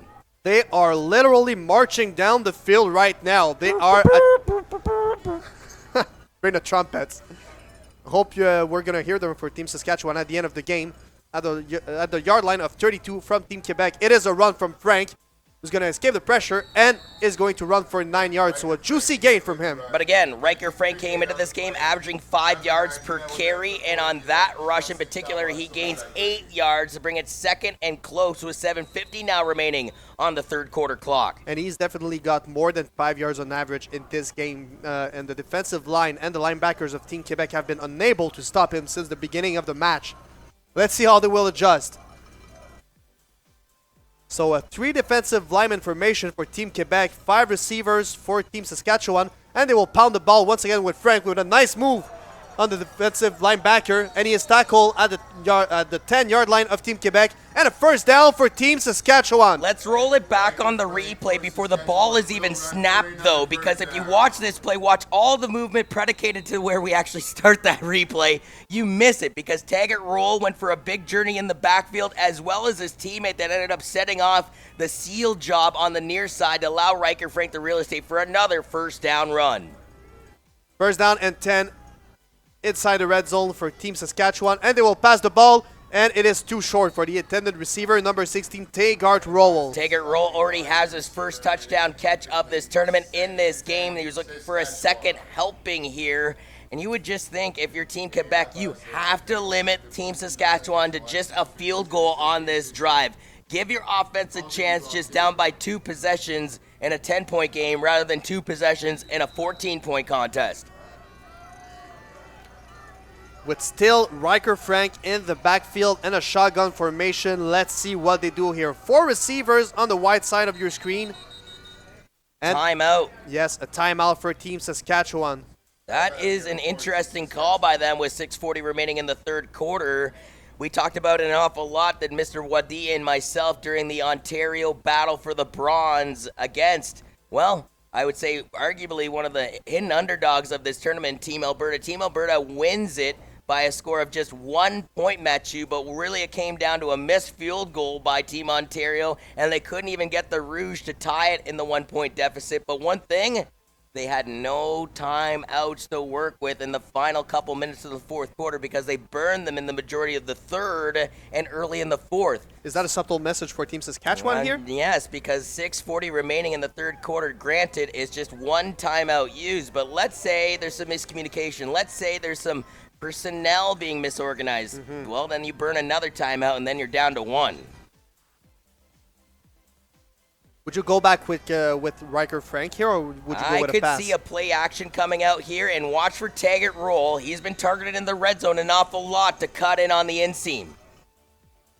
Going to be a passing play to Rowell, and it is incomplete. But once again, you were right. The pass was intended to Taggart Rowell, a receiver from Luther High School. And trying to make out the number on the baby blue powdered uniform. Watch it here on the replay. This is pretty much the play that I thought they were going to use. I would have liked to see them fake it to Riker Frank at first, and both players get a hand on it. I believe that's number 18, David Gauthier Gonzalez out of Laval, who A, did a great defensive job just to knock it away, but B, could have had the interception. But hey, can't live in hindsight in these championship games, as this will be a chip shot attempted from 17 yards out from the kicker for Team Saskatchewan.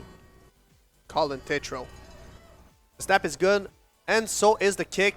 It is now a 10-point lead for Saskatchewan, and Quebec is trailing 16-6. What I find quite interesting, too, because this is the 4th broadcast of the day, was at the beginning when we were dealing with 8 versus 7, and then 6 versus 5, and even the bronze between 3 versus 4.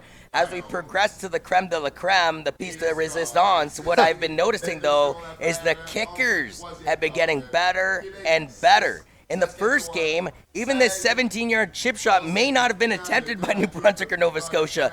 Even Manitoba and BC struggled to get their kickers out there, as there was an upright hit in that contest, too, in the 18-6 final. Well, between Team Quebec and Team Saskatchewan, they're not worried about their kickers. In fact, their kickers have done the majority of the damage on the scoreboard throughout this game. Alors, une avance de 16 points à 6 pour l'équipe de la Saskatchewan contre l'équipe Québec. On va voir s'ils vont être capables de mettre des points sur le tableau en ce début de deuxième mi-temps. 6 for 6 is CT and Colin Tetreault now in field goals in this tournament. La balle sera retournée par Mathieu Roy à sa ligne de 20. Tente de trouver de l'espace sur les lignes de côté, mais sera poussé en touche à la ligne de 34. Attention, il y a une pénalité sur le jeu. That's a foolish late penalty to take, and I believe they're going to catch the Saskatchewan native and Dalton Norick out of Gerald. Watch out for number 44 right about there. He should have just let him go. They're well out of bounds. It's going to cost his team yardage as a result. Il y a donc une pénalité sur le jeu, et si je ne m'abuse, ce sera contre le numéro 44 du côté de Saskatchewan. Dalton Norek qui a plaqué Mathieu Roy sur les lignes de côté. Un peu trop tard au goût des officiels. La balle sera donc placée à la ligne de 49. Now a 10-point lead, 2 possessions at that for Team Saskatchewan here as we approach, well, the second half of the third quarter as we're midway through it. Well, Team Quebec needs to start responding with some offense of their own. And when I say offense, partner, I'm not talking about their kicker. I'm talking about getting into the end zone and putting a major on the board for the first time in this championship dance for the Baby Blue. Ce sera par la passe, Éloi La Tendresse. Non, il va prendre les jambes à son cou et courir pour un gain de 6 verges. Une belle glissade de sa part. Il aurait pu être plaqué durement par un joueur défensif du côté de Saskatchewan. Tyson Kruszalnitzki, watch this number 37 in the green jersey, essentially gets cleated, we'll call it. In baseball, you take a barb at this as he goes right after feet first.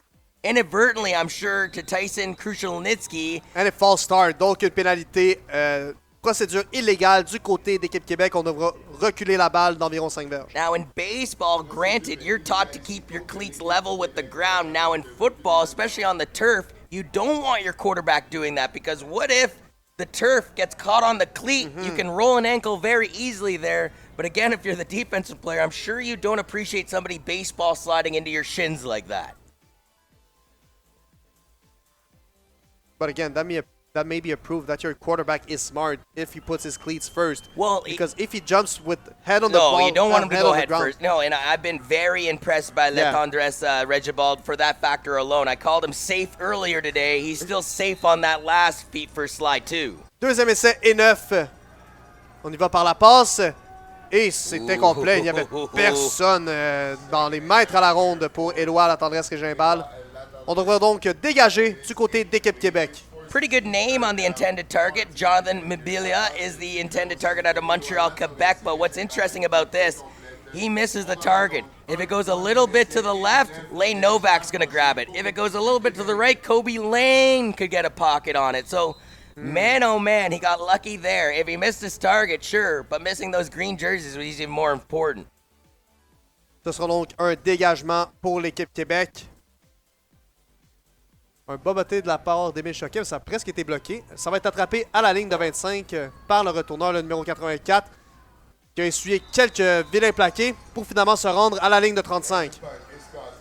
5:09 remains here in the third quarter of play, and wow, the defense wins the championships. Talking to a few fans before this game and taking kind of a survey, Matthew, the majority of people thought, okay, this is going to be a close game for the first 2 quarters, and the majority of people said Quebec would pull away in the second half. Not just Quebec fans, just football fans taking in the 2019 Football Canada Cup all week in the Limestone City. Well, the critics were dead wrong so far. A 10-point lead for Saskatchewan with 5 minutes left in the third. And they will look to add some points on the board with 5 minutes left in this third quarter. The running back, Frank, takes the outside. He's going to break in, but is brought down by the number 10, Jamison Goudreau. But you know what I liked here? He was supposed to be tackled after a gain of only 2, but he went down on a forward motion. 17-on-17 violence. Edwin Wilson, Tara Colang tries to go in there. Get out of my face, homie, says Riker Frank.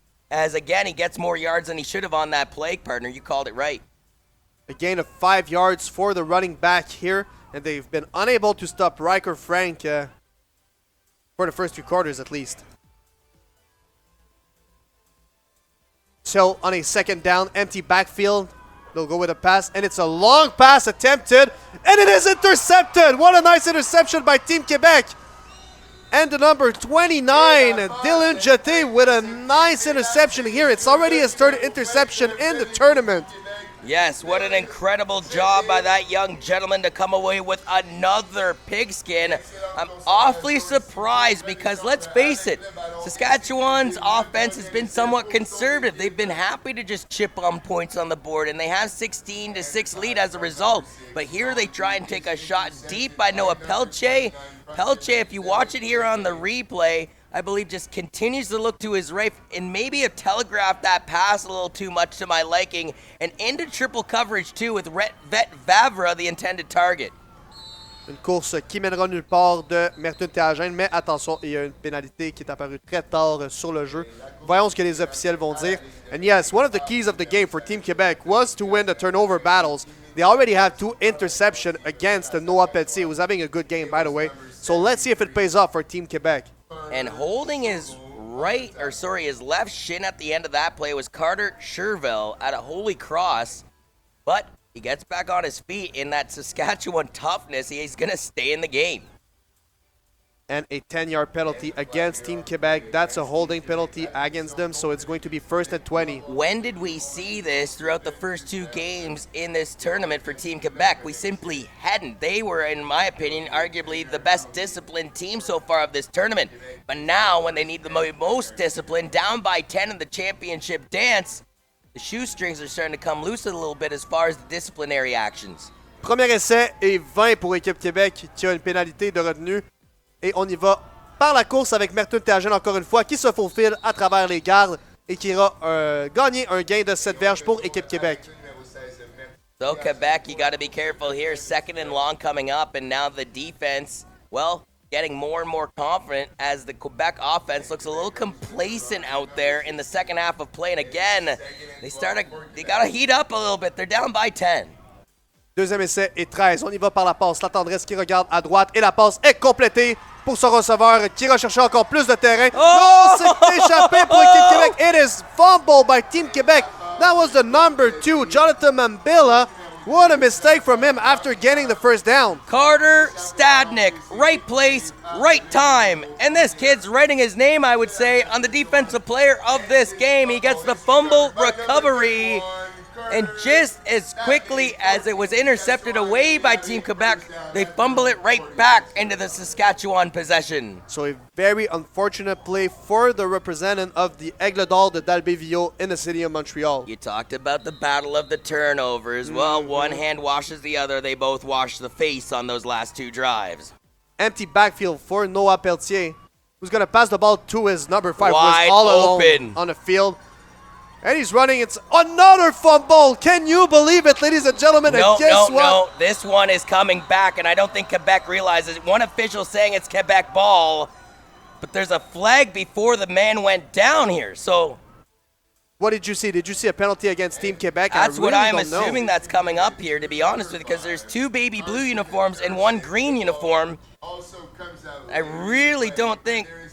But I saw a receiver at the top of your screen, number 19. I don't know if he did a holding there. Yeah, unfortunately, if we could just wind it back just a tad, because you don't see where the actual ball came loose. You just see it as it's out on the ground. You know, all he has to do is get 1 knee down on the turf, but the ball is placed at the 42-yard line, and after this conversation, Quebec is still saying it's their ball. No, it is not. The referee, Mr. Cabango, just said that it was a face mask penalty against Team Québec. Donc, pénalité pour avoir saisi le protecteur facial du côté d'équipe Québec. C'était une fausse alerte, mesdames et messieurs. Et si je ne m'abuse, l'équipe de Saskatchewan va garder la possession de la balle après ce juteux gain. Watch it here on the replay. Carson Dirksen going up the field. And that looks actually like a clean fumble. I mean, I'd be very upset if I was Team Quebec. And it seems like they changed their mind once again. So, l'attaque d'équipe Québec qui retourne sur le terrain. Peut-être que le face mask a été fait après la perte de possession du côté de Saskatchewan. So, what I was saying is that maybe the penalty occurred after the fumble. That's my guess on the play. So as the Saskatchewan player was trying to retrieve his own fumble, they're saying that face masking took place on that occasion, which again, I don't necessarily pick up on the replay. Regardless, you know what? After the replay, a clean fumble should be Quebec's ball. And I beg my pardon yet again, because I thought for sure that the penalty was going against Quebec, and it did, but after the penalty or after the play. Et le joueur, le receveur qui était visé ici était le numéro 4, David Chilombo Kambala à la réception. Il nous vient des Aigles d'Or de d'Albévillot. In the last 3 drives, we've seen an interception and now 2 fumbles. Wow! You talked about the battle of the turnovers. It's turning into a battle of turnovers. Alors, deuxième essai, on y va par la course avec Merton Tagen qui va facilement aller chercher le premier essai et même plus. But once again, you got to keep your hand on the ball on this play. And if you're Saskatchewan, you played with so many matches as far as this Quebec offense is concerned. You just think Eloa Letandres Regibal is just waiting to burn them. With 2:07 remaining here in the third quarter, I'm still waiting for the big play from number 5 to set the tone. Premier essai et 10. Un jeu d'attirer. Il y a beaucoup de pression. Et Éloi Tendresse qui va courir encore une fois. Il a fait une passe un peu tard et c'était incomplète à l'endroit de son receveur. Ce sera donc un deuxième essai et 10 pour l'équipe Québec. What awareness by the quarterback, because he throws that ball from the 44 and 3/4 yard line, knowing that if he passes the 45, that's an ineligible throw by the quarterback. You can't throw it after you cross the line of scrimmage.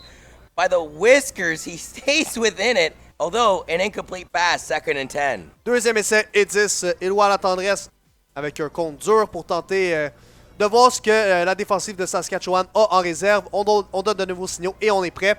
Ce sera encore une fois par la passe. Échappe à la pression.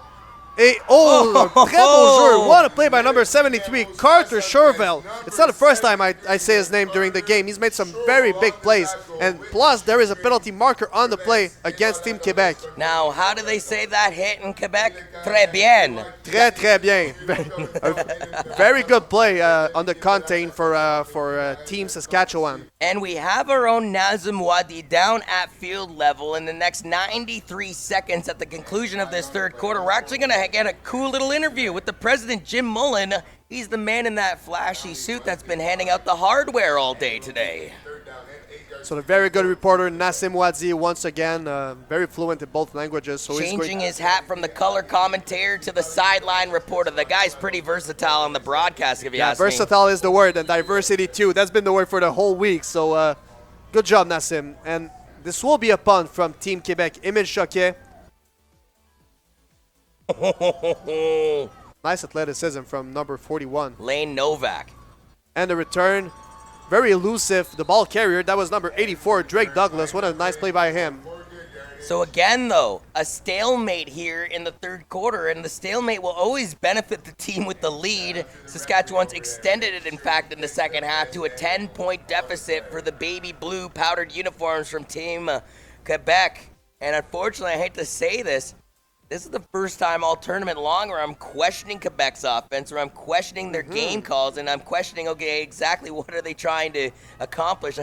I don't mean to chuckle, but unfortunately the official taking a tumble at the end of that last play. So it will be a first down with 1:12 left in this third quarter. They will look forward to score more points on the board. Running back Frank with, again, all the space in the world to gain a first down and even more. This is a 15-yard gain. I mean, I know this is a terrible analogy, but Quebec's defense, the cat, and Riker Frank is the laser pointer. And I zig, and I zag, the cat misses that one, another cat misses there. It's the laser pointer effect for a kitty cat. They can't seem to catch it no matter how hard they try. Looks like Team Quebec doesn't know how to adapt to their blocking scheme as they reach for another first down. And a lot of diversity here. Are they going to go with the run or the pass? There's not a lot that you can prepare for. So, on a first down, a quick pass to number 16, which is caught and will be brought down after a gain of 6 yards. And again, Taggart Roll came into the competition today, well, targeted 13 times throughout this 2 games. I believe he's been targeted at least 10 times in this championship dance alone. So it will be a second down and 3 yards or 4 yards or 3 yards, for Team Saskatchewan as they remain on the field. Dying seconds of the third quarter, the sun setting in the western sky behind us here in Kingston. You see the shadows over the field here at Richards Stadium. The grand lights have been turned on for this final dance. They're going to go with the run. Frank tries to take the outside. Oh, but is brought down violently by another number 17. In that case, Edwin Wilson Tarakolenge. Well, it's jokes because, yes, one Quebec jersey took him down, but indirectly into another one of his teammates. So Riker Frank even doing damage when he's supposed to get damaged. Like, oh my word, he's a part of the sandwich, but yet it's like an open top sandwich and Riker Frank comes out on top. And I think that was just enough to get the first down for Team Saskatchewan. In the third quarter, we'll head it down to our own man, Mr. Wadi. Hi, I'm here with the president of Football Canada, Mr. Mr. Jim Mullen. I'm sorry about that. All right, so for the people at home wondering what this competition is all about, can you give us further detail about the heart and soul of this tournament? Le Coeur is Team Quebec. The Soul is Team Saskatchewan right now. They're both putting on a fantastic display of tackle football, and I think part of the heart and soul of this game is the tackle game. I love the flag game.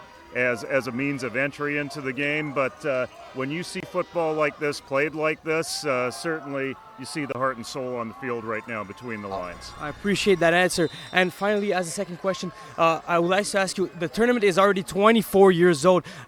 It's about to turn 25 next year. Can you think of any improvement that you can make to make this tournament a greater event? Well, I think with the 25th anniversary coming up in my home province of British Columbia, I would like to see the final of this game. People should be seeing this on television from coast to coast to coast in Canada. I'd like to see this game on TSN. I'd like to see our partners work with us in the Canadian Football League and with NFL Canada to find a way to showcase this game the same way that the CFC game was showcased on TSN. So that's what I'd like to see. All right. Thank you very much, Mr. Jim Mullen, the president of Football Canada. Back to you, Mr. Matthew and Jonathan.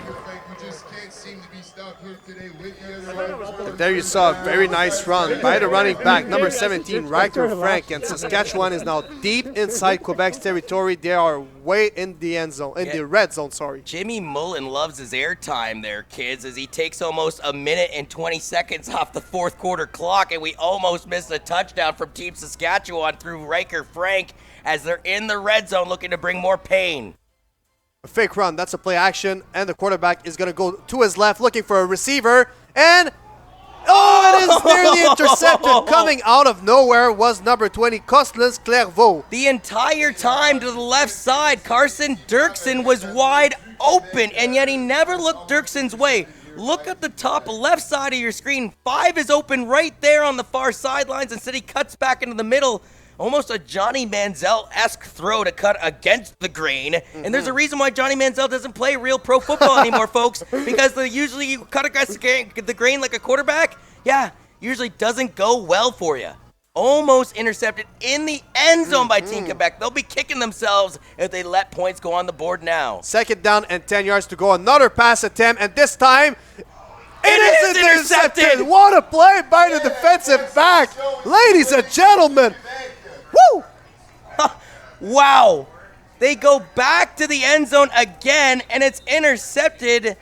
After playing with fire, he put his body on the line, too, at the end of the day. And that was Gagne in on the tackle? No, it was Double D in on the action. Dylan Jeté, if I'm not doing any mistake. And this guy is a real ball hawk for Team Quebec with another very spectacular play from him. Quel jeu, mesdames et messieurs. He puts his body on the line, and on top of which he's feeling a little winded right now while he falls on top of the ball. And if you've ever experienced falling to the ground, imagine putting a hard rock between your chest and the ground while you're doing it. Yeah, it compounds the fall a little bit. And I'm being very ginger when I say a little bit. I mean a lot of it. Yeah.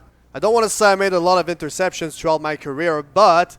you're a ball hawk, Matthew, I know. I definitely know that the ball hurts just as much as a rock, even more. But if it's for the benefit of your team, you're willing to make that sacrifice. And he was, and that's amazing. With 10 minutes remaining in this game, down by 10, they needed a massive defensive break. What did I say after the previous play where the interception in the end zone was dropped? They can't allow any points. They'd be kicking themselves if they did after a potential interception. Well, they do one better. They get an interception on the following play. And it looks like since I've been talking about the battle of the turnovers, both teams have listened to me. Well, not in the good way, but they've listened to me definitely. Yeah, more and more turnovers than, well, at Tim Hortons on a Saturday morning. That was so Canadian. Yeah. So Canadian. Do you like apple turnovers or what's your flavor of turnover? Football turnovers. Okay, well, we're getting plenty of football turnovers in this game, especially more in the second half when you think these two teams would be tightening it up. Well, it's a shootout at the OK Corral right now, but it's a 10-point lead for Saskatchewan, 16-6. And after the Nathan Peterman special, l'attaque du Québec va retourner sur le terrain avec un premier essai à sa ligne de 20. Donc, profondément en territoire, mais tout est possible. On y va par la passe. Et Éloi La Tendresse rejoint son receveur. Quelle belle attrapée, quelle belle concentration par le numéro 3, Iragi Muganda. The way this kid and La Tendresse Regibald can stick in a pocket, evade pressure, and even when the pressure's coming down the pipe, he just stays cool, calm, and collected like a cucumber, folks, as it was Seth Hundeby getting a lick on him, and he still leads his receiver into a great territory, and Dennis Barain, who, by the way, 2 interceptions last game. You'd think you'd want to avoid that guy. They go right into the jaw's mouth. Premier essai 10, on y retourne par la passe et la tendresse complète à son receveur. Et wow, quelle preuve d'athlétisme. On a baissé l'épaule du côté du numéro 4, David Chilombo Kambala. Tout un jeu et un autre premier essai, équipe Québec. Listen, the very first game of this contest, a 1-point differential. 15-14 for New Brunswick over Nova Scotia. The next game would be the biggest deficit of the day. Just 12 points. 18-6 for Manitoba over BC. We just saw another 1-point game, 22-21. I expect this one to come down to the wire. Pendant que la passe est complétée à Iragi Muganda, alors on fait flèche de tout bois du côté d'équipe Québec et en plus, il y a une pénalité après le sifflet.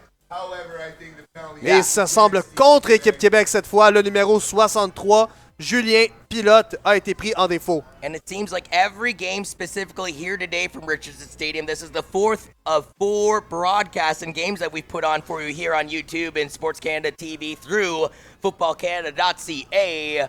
But yes, every game seemed to have came down to the wire. So despite a 10-point deficit with 8:48 remaining in the fourth quarter, I expect this one to end no differently. However, there's a penalty yardage going up against Team Quebec, but it'll still remain a first down. So they judged that the penalty occurred before before it was able to reach for a first down. So this will be a 15-yard penalty against Team Quebec. Beg for my pardon, please. And it will be a 1st and 10, actually. Yeah, they just put it back, which gets a little confusing in the brand of Canadian football, but deal with it, folks. So, a first down for Team Québec à la ligne de 54 en territoire de la Saskatchewan. Et on y va par la passe cette fois. Éloi la tendresse, mais il est rejoint dans le champ arrière par le numéro 99, Reese Cack. That is the second biggest play of the game made by Reese Cock. I recall the earlier interception, I believe. Or it was a fumble recovery, actually, by Mr. Cock. Regardless, he's been a turnover machine, and he's making Letondres's day an awful headache right now. And what I don't like about this play is that it was a running formation for the offensive line, so they let a defensive lineman free. Deuxième essai est long. Et la passe est complétée à Muganda qui va chercher un premier essai et même plus une belle réception, une belle concentration d'Iragi Muganda. Yeah, Jonathan Mambilla is an amazing player, especially here when they need him to dig deep. Runs the inseam here as he goes, well, let's say 15 yards down the play. In fact, he didn't even cut in as much as I thought he did. Avoids the tackle from Tanner Rebar, eventually taken down by Dennis Perrine. Muganda is a product from the Blizzard du Séminaire Saint-François in the city of Quebec. Premier essai à la ligne de 32. C'est une feinte de course, on y va par la passe, mais il devra essuyer la pression, encore une fois, de la ligne défensive de la Saskatchewan. C'est un sac du corps. If he got out of that for major positive yards, this is incredible. Watch him smell the armpit of the blitz coming here and almost gets out of it. And I believe it's actually Reese Cock ensuring that he doesn't get loose again. Yeah, and another player on the play was Sean Lozada. Deuxième essai et 10, la passe rapide. On rejoint notre numéro 4, Kikora. Et ce sera toutefois insuffisant pour un premier essai. Je crois qu'il est tombé une verge à court de celui-ci. Mais attendons voir où les officiels vont placer la balle. Yes, he's very close to the first down marker, but we'll see where the officials spot the ball. This could be huge. It'll either be 3rd and inches or they'll move the chains.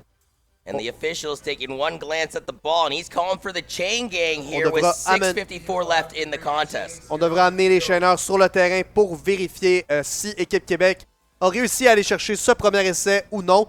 On rappelle le score 16-6 pour l'équipe de la Saskatchewan avec 6 minutes 54 à faire à ce 4e quart.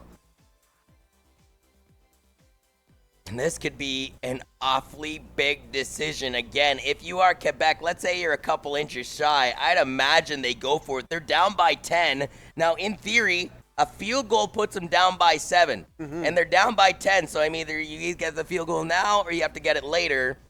That's in theory if you're looking for the tie. I'm sure if you're Team Quebec, this is a team historically that has always gone for the win, and they're looking to get a touchdown on this drive. Their first offensive touchdown of the game, as it's their field goal kicker, 2 for 2, that's done all the damage.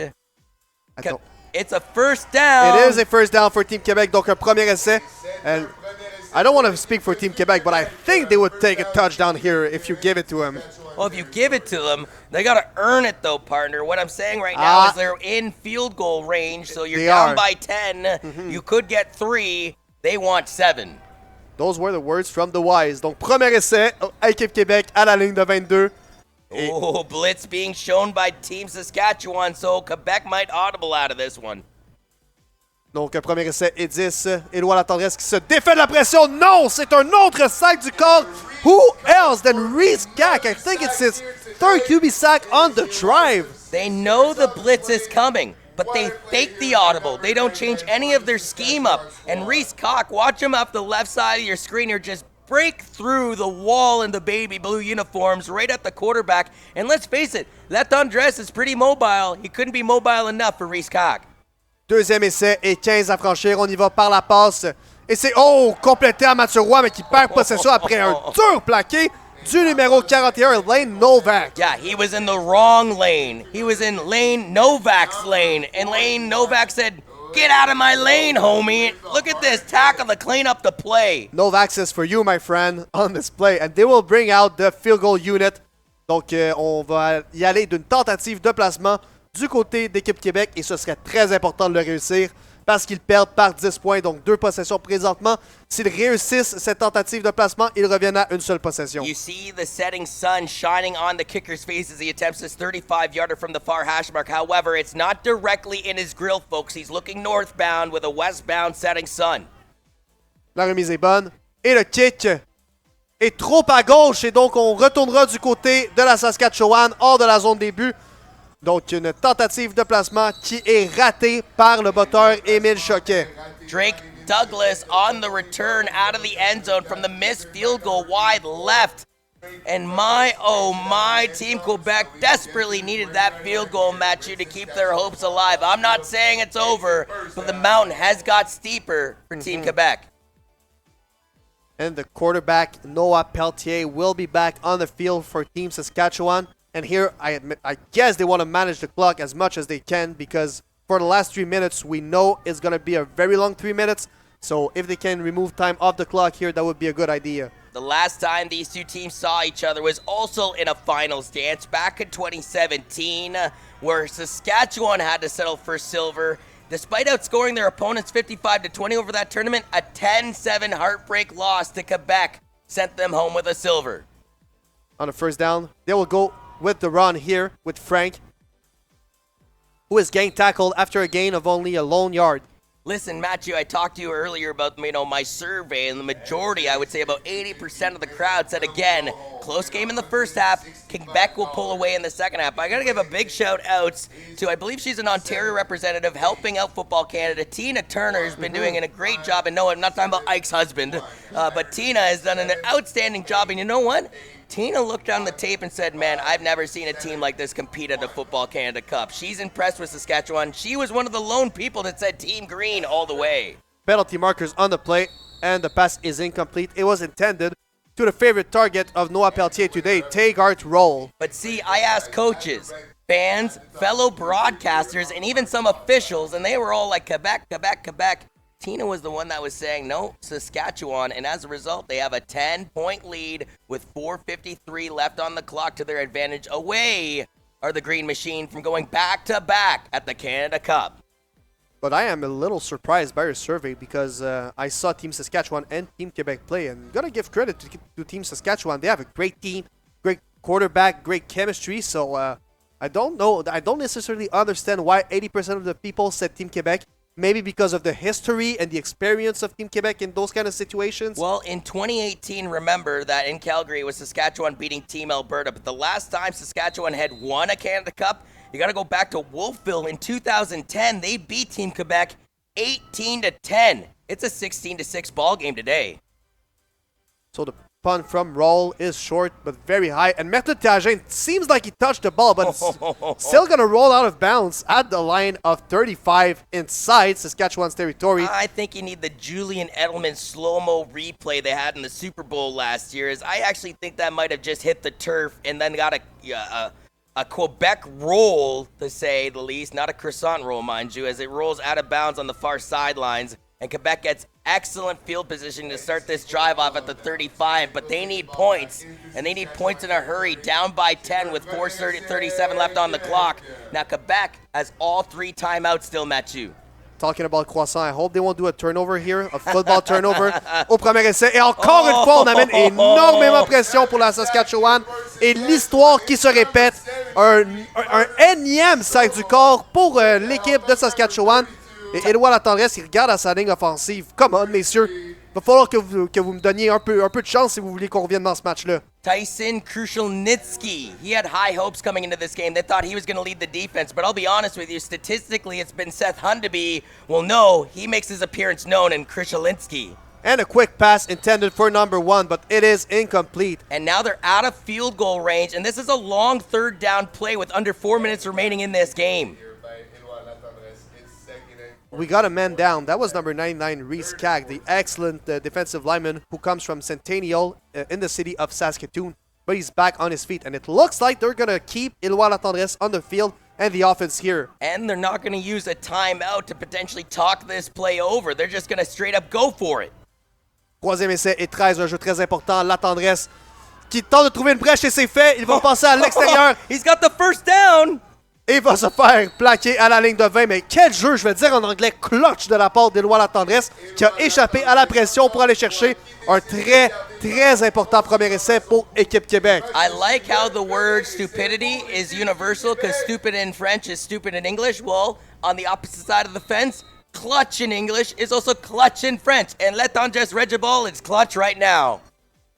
First down and 10, mais il y a une pénalité sur le jeu. Je crois qu'on a bougé trop rapidement du côté d'Équipe Québec. And going back to my survey earlier, I think the main reason why so many people chose Quebec is they won this tournament 3 times in a row from 2015 to 2017, beating Saskatchewan twice. They also won it 3 times in a row between 2011 and 2013, beating Team Alberta in the final on all 3 occasions. So again, 6 championships, although it was Quebec B, not Quebec A in the 2015 version when they beat Ontario in a nail-biter 15-12. And this is a very rare case where a referee declines a neutral zone infraction penalty, so he drops his flag. Ce sera donc un premier essai répété à la ligne de 19 du côté d'équipe Québec. La passe d'Éloi Latendresse est presque interceptée. Oh mon Dieu que c'était proche, mais on s'en tire à bon compte du côté d'équipe Québec. Lane Novak once again. Oh, he's causing havoc for the offensive coordinator for Team Quebec. They are still down by 10. 3:12 remains on this clock for Team Saskatchewan to go back-to-back at the Canada Cup. Deuxième essai et 10 à la ligne de 19. Blitz coming. Latendresse regarde à sa gauche, va s'échapper de la pression et durement plaqué par le numéro 42 en défense, Seth Hundeby. So again, now you're at the 15-yard line. Do you take the field goal now, knowing that you still have 3 timeouts? We're officially at the 3-minute warning in this championship contest. They're down by 10. A field goal would dwindle it down to 7. Here's the thing, though. They've missed a field goal in this game, and they didn't even get a rouge out of that affair. As you see, some personnel being changed. They're actually going to send Drake Douglas into the end zone, and coming off the field right now is Tanner Reber. This is a must-do for Team Québec. Donc, Émile Choquet, as we hear the 3-down mark of the fourth quarter. Donc, Émile Choquet avec une tentative de placement de 22 verges. 22-yard attempt from the near hash. La remise est bonne. Et le botté aussi. C'est réussi. Donc, le Québec qui réussit à marquer finalement des points en cette deuxième demi. Le score, Saskatchewan 16, équipe Québec 9. So as Drake Douglas catches that field goal in the end zone, I'll use another Drake line. It's over. It's over. It's far from over as Quebec is down by just a touchdown now. All 3 timeouts at their disposal. 2:50 remains on the clock, but here's the thing. After kicking the field goal, Saskatchewan automatically gets their offense back on the field at the 35, so no chance for a trick kick from Team Quebec. Their defense has to step it up and step it up right now. A very important drive for both teams. The ball will be placed at their own 35-yard line. 5 receivers and a shotgun formation, and they will go with a play action penalty marker on the play, and the pass is incomplete. What a nice play by the defensive back. That was number 29, Dylan Jeté. Now, I believe this penalty should be going against Team Saskatchewan. If you watch the receivers wag to the line, one of them, I believe in Taggart Roll, was about 5 yards into Quebec's territory by the time Noah Pelche had snapped that ball from the center. But again, it all depends on whether the official's seen it. And sometimes when the receivers swag to the line, they kind of give them a little bit of a real estate. But no.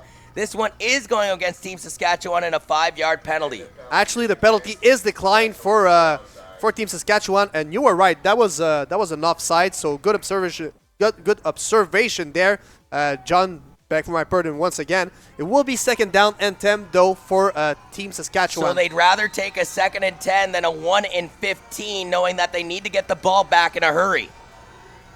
A very important play. 2nd down and 10 yards to go. And a screen pass. And Frank escaped a first tackle in the second one. He's going to get a first down and even more for Team Saskatchewan. So number 6, Mohamed Elshal, I was sure he was going to make the tackle on the play, but the very elusive Riker Frank was able to break the tackle. Riker Frank, again, came into this game with no passing yards, but oh yeah, over 109 rushing yards. He's had, I believe, 100 yards of total offense combined, but that could be the dagger through the heart of all Quebec fans as they had him sealed off in the backfield, and all of a sudden he gets a first down carry. So a new set of downs for Team Saskatchewan at their very own 51-yard line.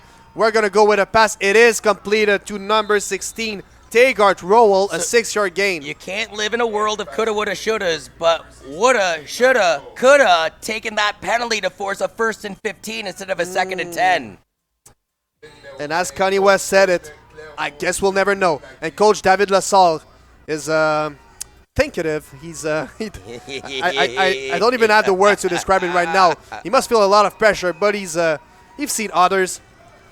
2nd down and 4, and they will go with another pass, but there is a penalty mark on the play. Luckily for them, because there was an interception for Team Quebec, a juicy interception from number 17, Edwin Wilson Tara Kolengi. But as I mentioned, the whistle came before the pass, and it is procedure against Team Saskatchewan. But if you're Team Quebec, you'd gladly take the interception, but that's not how it works when the offense goes on a procedure call. They blow the play dead immediately. Oh man, just not getting the lucky breaks right now is Team Quebec, who trailed just by 7 points. But here's the thing. They need to get Letandres Regibald back onto the field somehow, some way with the 3 timeouts that they do have. 1:55 left in this final dance in Kingston. 2nd down and 9. 6 receivers, should I say. And the pass from Noah Petier is incomplete. What a nice play from number 10, Jamison Goudreau, who broke the pass that was intended to number 5, Carson Dirksen. So here's the thing. Taggart Roll, who's one of the targets available to Noah Pelche on this last play, but he doesn't go to Pelche. Instead, he doesn't go to Taggart Roll. He goes to Carson Dirksen. He's going to stay on, though, as Taggart Roll to punt this away, give or take from around his 45-yard line. 1:51 left on the clock, and they're sending only one man back for the kick return. If I'm Taggart Roll, look at the wide open real estate down the near sidelines to use to his advantage. So this will be a punt for Team Saskatchewan. Quebec trying to block it. No, they lay back.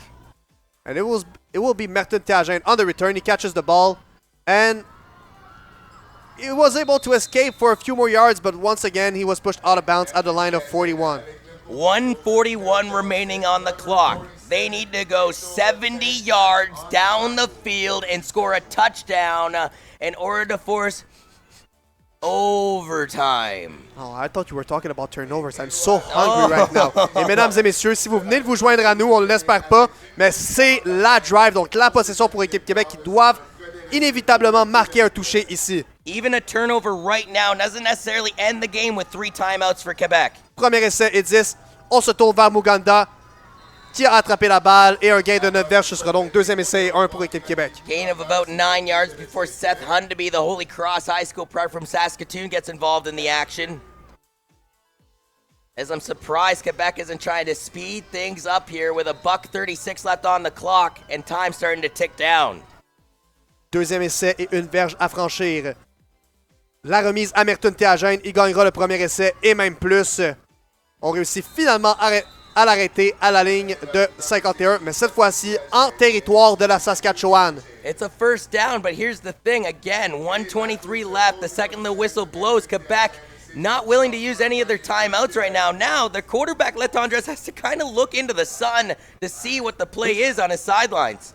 Premier essai et 10. La passe de la tendresse et c'est complété au numéro 4, David Chilobo-Kambala. Donc, Québec a vraiment le momentum après quelques passes complétées consécutives. Et on demande un temps d'arrêt du côté d'équipe Québec. Now, Dennis Barain again had 2 interceptions last game. I was calling him the Pain Barain after the affair against Team Ontario. But here, it seems like Quebec is trying to exploit that mismatch, in their opinion, in this second half of competition. And Quebec, as a result, takes their first timeout of the second half on this 2nd and 3-yard play coming up with 1:10 left on the clock. I mean, yes, he is a very good defensive back, standing at 5'10", but only 145 pounds. And on the other side, there's David Chilombo-Kambala, a 6'3", 206 pounds for Team Quebec. Every game today, minus the Manitoba-BC game, which ended in an 18-6 final in favor of Team Manitoba, as they will finish 5th compared to BC 6th. And ironically, I find it kind of coincidental. Manitoba will finish with a 2-1 record, whereas the bronze medal losers finished with a 1-2 record. Yeah. But every game came down to the wire. Every game was a one-possession contest, a one-point contest between New Brunswick and Nova Scotia and Ontario and Alberta. Donc, 2e essai et 3 verges à franchir. Donc, on a 3 receveurs du côté court du terrain pour équipe Québec. Jeu crucial ici, on y va par la passe. Et c'est complété à Mamadouba qui va sortir en ligne de touche à la ligne de 32. Donc, un bon jeu d'équipe Québec. They brought Mambilla over on the near side. The coach, the head coach, and David Lessard was pleading with his offense. You have to rotate him to the near side. Well, as they did that, Bob became wide open as a result, and they managed to move the chains on first down at the 32-yard line. Premier essai et 10 à la ligne de 32. Avec 1 minute à faire au match. La tendresse tente de rejoindre Muganda, mais c'est trop long. Now the Quebec coordinators, they wanted a roughing the passer as Letendres was tipped down to the turf on this last play, but I like that play call by Team Quebec. They tried to gun it down, one-on-one coverage down the near sidelines. Take your shots when you got them, and they took one right there. Ce sera donc 2e essai et 10 pour équipe Québec. Et mesdames et messieurs à la maison, c'est une évidence, mais on est en mode à 3 essais pour équipe Québec présentement. 1 minute 1 à faire à ce match, 16-9 pour la Saskatchewan. La tendresse regarde à sa gauche. Il y a beaucoup de pression dans le champ arrière. He's gonna go for a run. Va courir, dépasse la ligne de mêlée. Le premier essai et va sortir en touche sagement à la ligne de 20. Premier essai, équipe Québec. And here's the thing, when you know you're going to run, and he's going to run, I should say, and Letendres Regibald, everybody in the stadium knows he's going to run. That doesn't mean you can stop him, though. Watch him here. The second he takes out of the pocket, you know he's not going to throw it anymore, and yet nobody in green can touch him until he tiptoes out of bounds on his own accord at the 20-yard line. And there was a lot of pressure coming from the right side from Seth Odendy. Premier essai et 10, et la passe... Oh, et rabattu au sol. Donc, un très bon jeu de la part du joueur défensif, le 31, Carter Stadnik. Listen, partner, we've made a lot out of Seth Hundeby and Lane Novak and even Tyson Krushenliski in this game, but when it comes to the aerial assault shutdown, I want the CD playing, my friend, Carter Stadnik.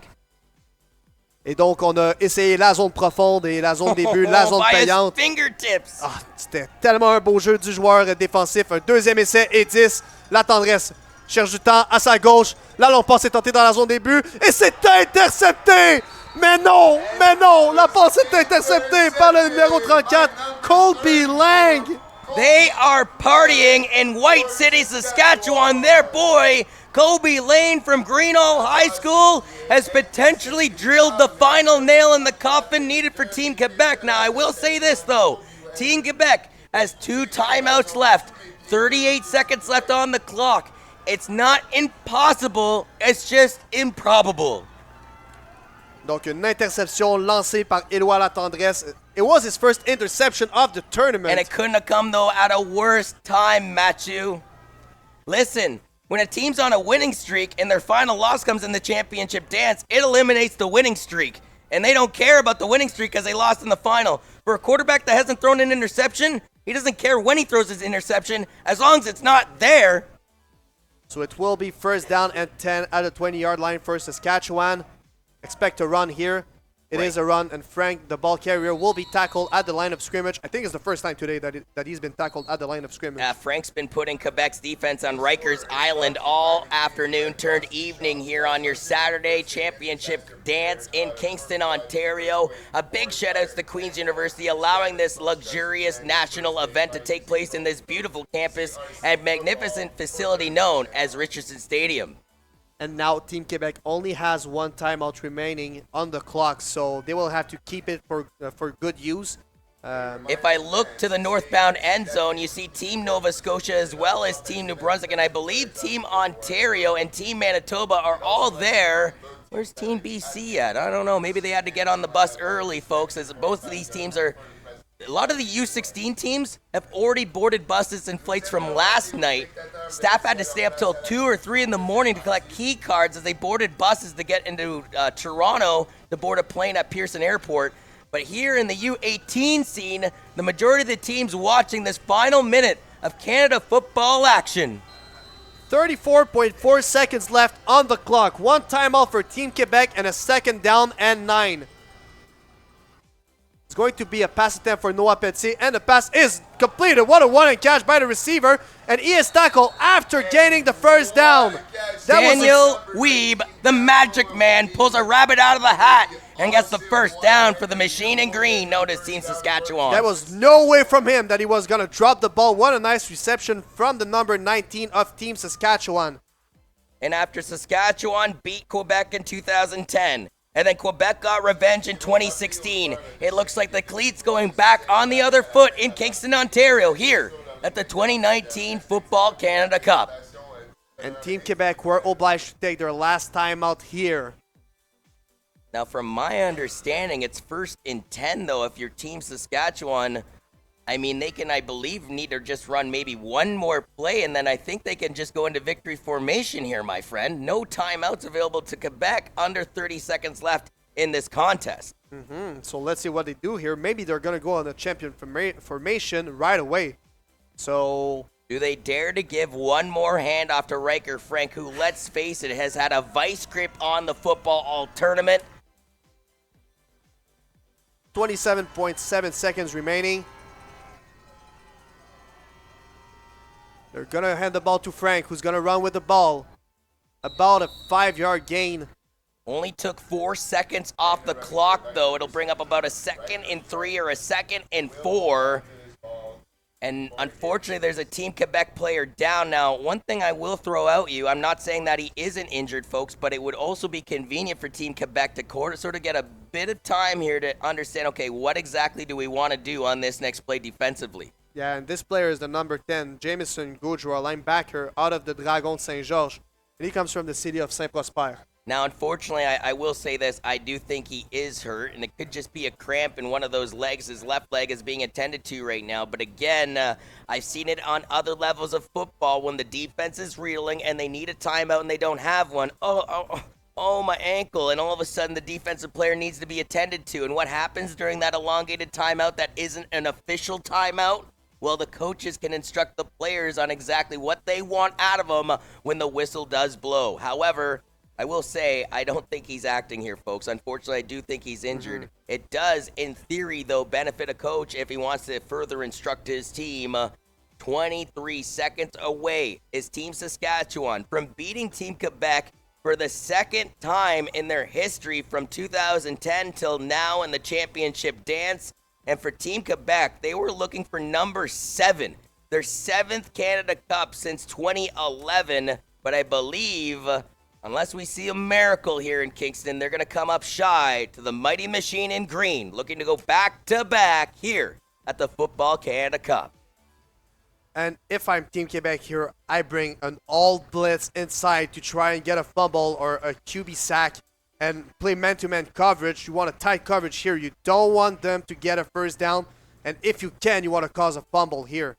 As the Saint Prosper Quebec Gaudreau is lifted off the field by his teammates. And here we go, partner. 2nd and 4 for Team Saskatchewan. No timeouts for Team Quebec.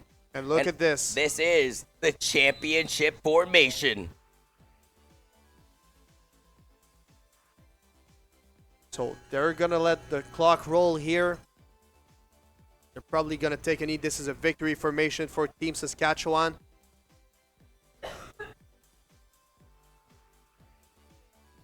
And the quarterback takes a knee with 4.3 left. Now here's the thing.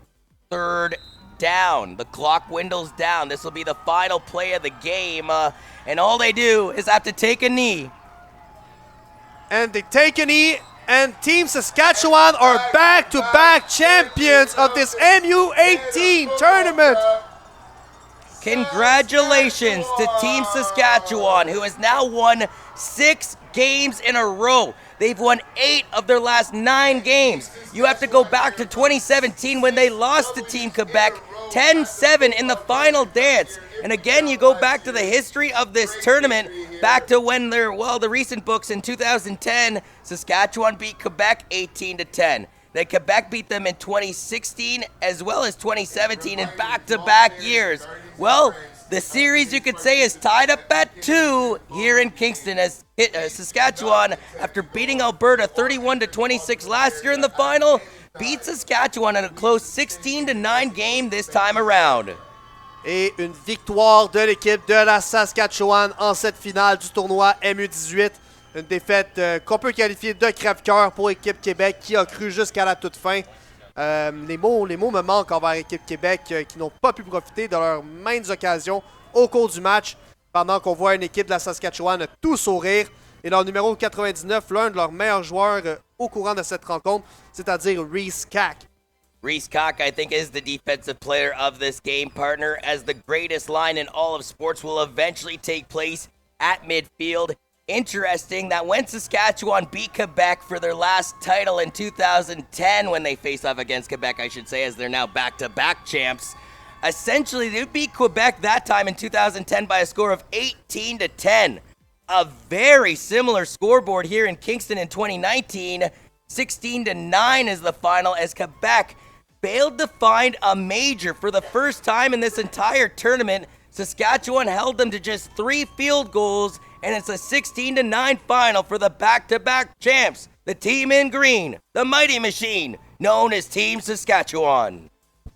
And now we see the most beautiful line in sports. This is the handshake and a lot of respect between those two teams who gave us a hell of a game on this final. As we see the number 10, it is Jamison Goudreau, if I'm not doing any mistake. And big shout-outs to him to have to tough this out and to shake his opponent's hands after losing in the final. That is incredible sportsmanship being displayed by the Quebec native from St. Prosper.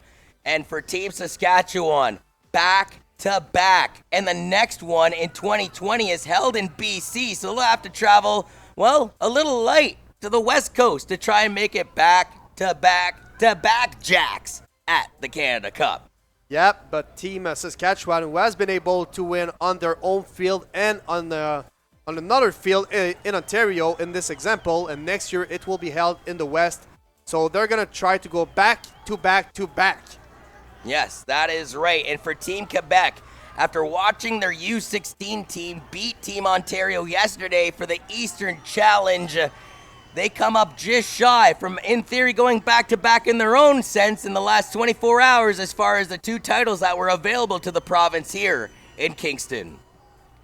So, John, after the game, after everything is settled down, what do you think was the difference for Team Saskatchewan to earn that win over Team Quebec? Turnovers. Too many turnovers. We repeated it throughout the game as there was just too many turnovers in this contest as far as Team Saskatchewan and Team Quebec are concerned, to be brutally honest with you.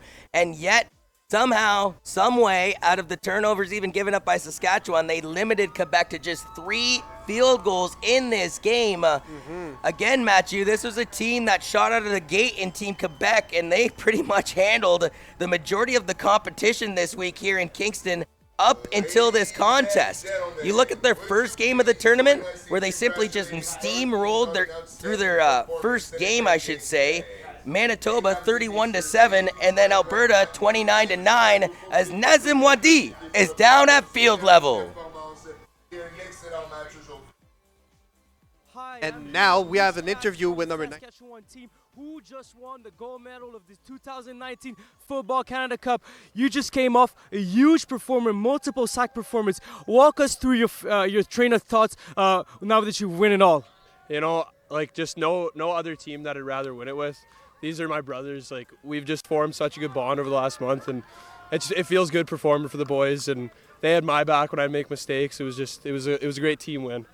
Yes, at the beginning of this game, we had quite a little bit of rain. Does that affect your preparation for this game, or did you just went with the flow and come out with the same performance? No, man, honestly, I liked the rain. It kept us cool, it kept us nice, but yeah, it was pretty good. For defense, it's nice too. Balls come loose and whatnot.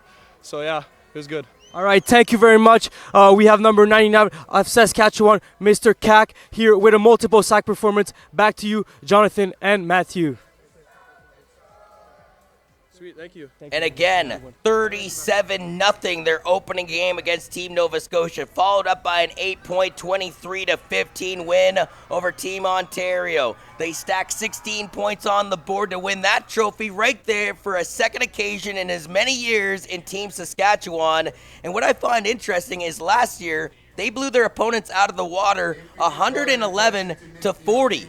In this year's tournament, they limited their opponents to just 24 points against them. They truly used defense to their advantage, as they only put up, by my calculations here, partner, 76 points, way under the 110 they produced last year. But oh yeah, they gave up 40 last year. They only gave up 24 in this year's tournament. And you know what they say, defense wins championship, and that was the best example here.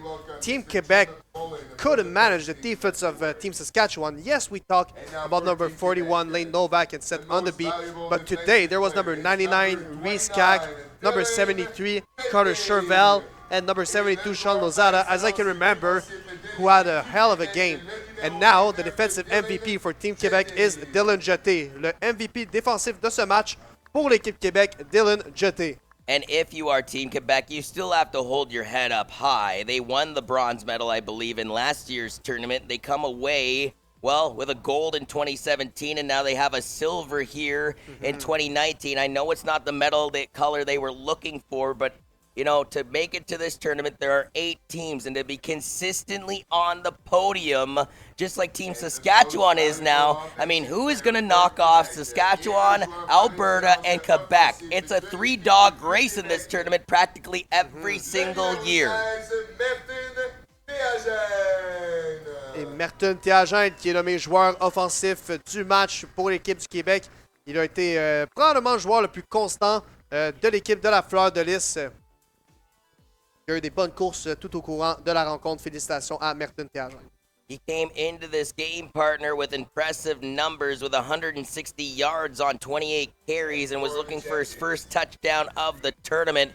They needed a touchdown, especially in that fourth quarter, but unfortunately the offense just couldn't click together at the right time, and as a result, a 16-9 final for Team Saskatchewan, as again, they go back-to-back here in 2019.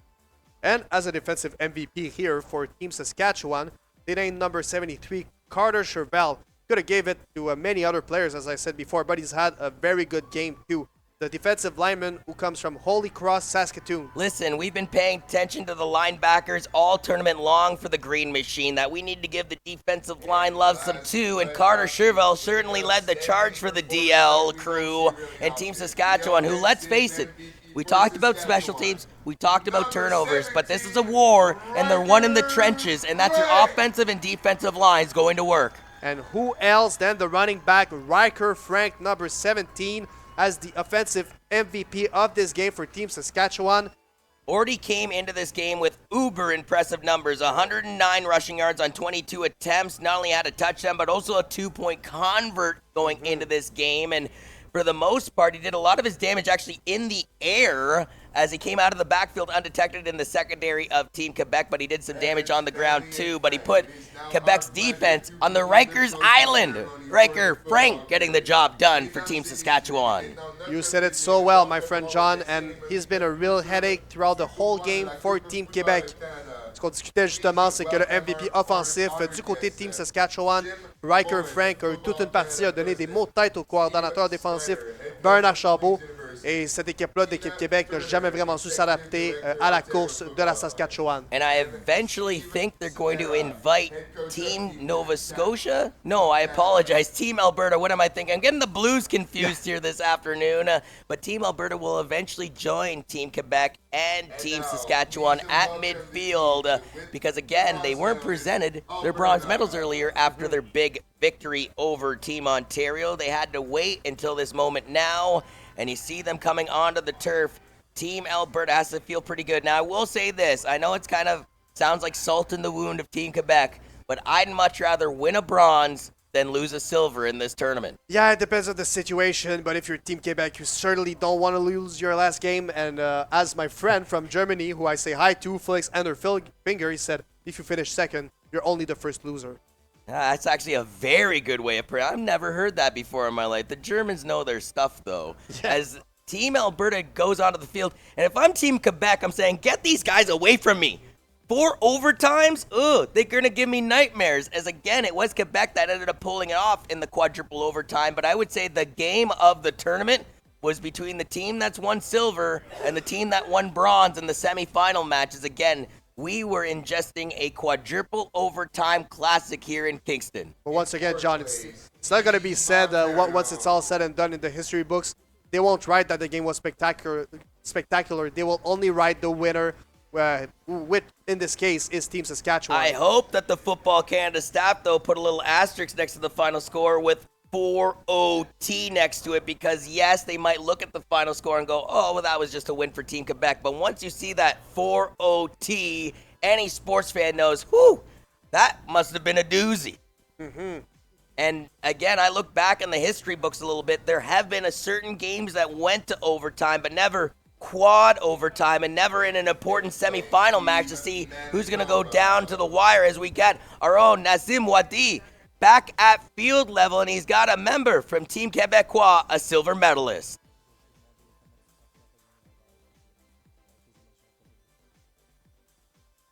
Bonjour, je suis présentement en compagnie de Éloi Latendresse Régimbal, le carrière partant pour Équipe Québec.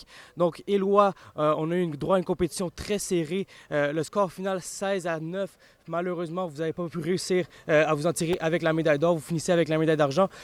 Par contre, vous avez eu la chance de revenir dans ce match.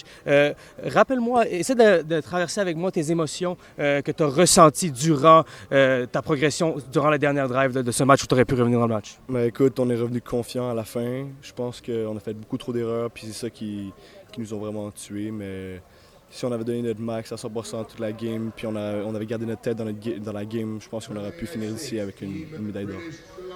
Parfait. Malgré tout, on a quand même eu droit à une excellente performance de Équipe Québec.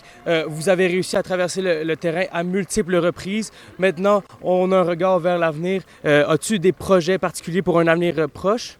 Ben, la prochaine fois qu'on va se rendre au pas de début comme ça, il faut finir nos drives. Puis juste keep grinding, man, that's it. Parfait, c'était une entrevue avec Éloi Régimbal Latendresse, le corps arrière partant de l'équipe Québec. Merci beaucoup, Éloi. C'est de retour à vous, Monsieur Jonathan et Mathieu. Thank you again, Mr. Wadi. That was Latendresse Regibald, and a heck of an effort by that quarterback. Already coming into this game with 4 touchdowns and 3 on the run for a 7-touchdown performance in this tournament before this final dance. But partner, he needed a touchdown in this game. They didn't get one. He never threw an interception before this game. He threw one. Unfortunately, you could say the worst game that he had came at the worst time, unfortunately, for Latendresse Regibald. However, we know he has the skills to pay the bills, and regardless of the result on the final scoreboard, great things are coming in the future of this kid's football career. Yeah, and he committed to the Vanier CJEP in Quebec because the school works differently here. So he's going to have a 2-year internship, as I can say, with Vanier, and then is probably going to play at university level. Yeah, Laval, the Rouge et Or, those golden buckets still haunt me as a Western Mustang fan, losing to them last year in the 54th Vanier Cup. Although, I will say we beat them in the 53rd Vanier Cup, hosted in Hamilton, Ontario. And I love the sight that we're seeing on the field at Richardson Stadium, as they're not just inviting the bronze medalists onto the field in Alberta. They're inviting all 8 teams that participated in this tournament. And again, maybe a bit of a recap of today. It started at 9 a.m. And this is, I would honestly argue, was going to be the best game of the day, but they set the bar that everybody tried to reach.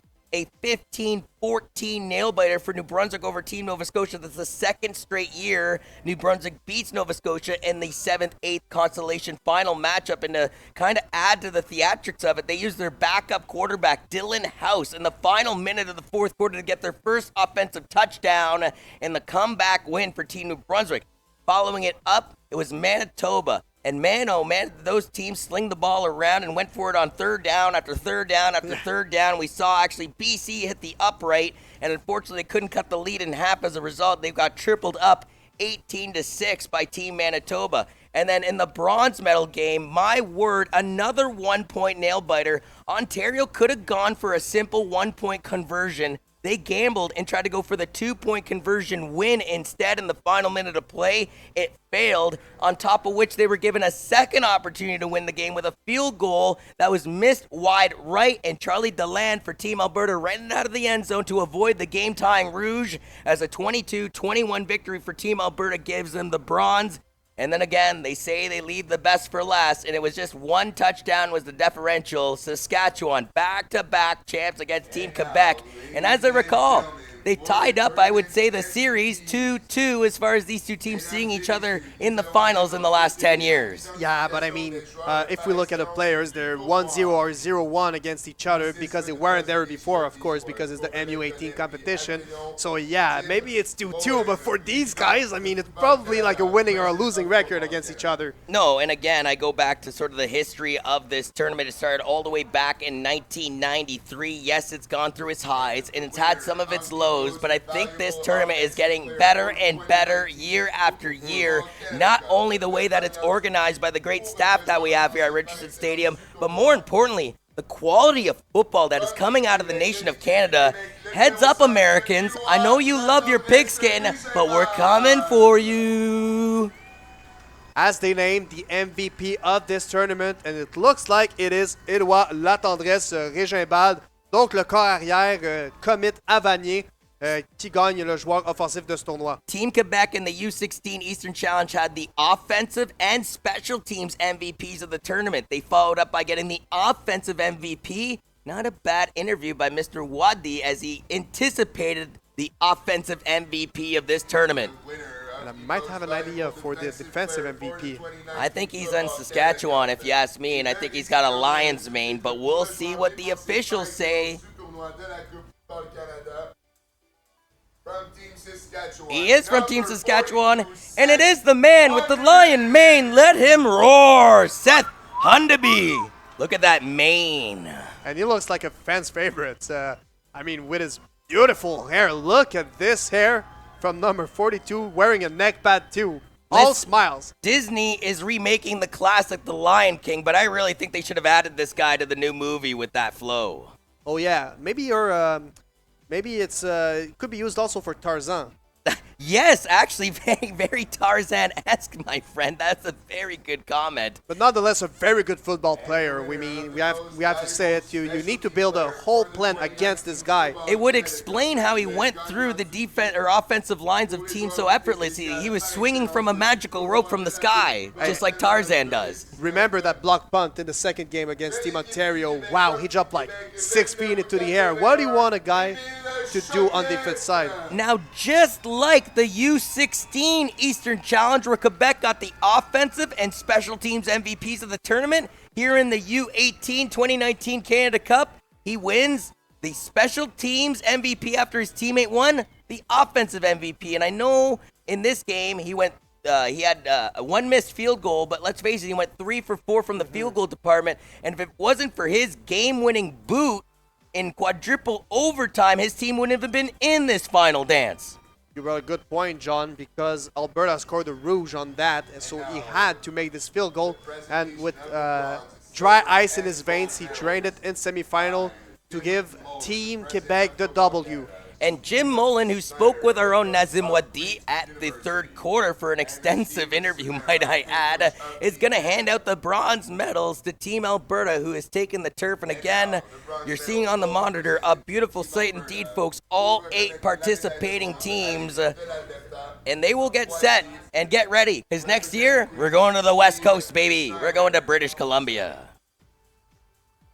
Yes, and they're going to give the bronze medal now to Team Alberta, who can be very proud of their win over Team Ontario earlier today. The game was at 3 p.m. And I think those are all players of the Queen's Gales. Had the chance to speak with a lot of them, very intelligent guys, so hope them the best future. Well, the Queen's staff has done an amazing job, including our own football stud on PA and Gabe, as well as this entire staff here down in Kingston. Again, 650 players, coaches, trainers, and volunteers for 8 different provincial programs. They have to be fed. Last time I checked, too, when I was in those cafeterias, Matthew, these guys aren't eating a plate. They're eating 3, 4, 5 plates at a time, each player. These are football kids that are still growing in the teens right now, mind you.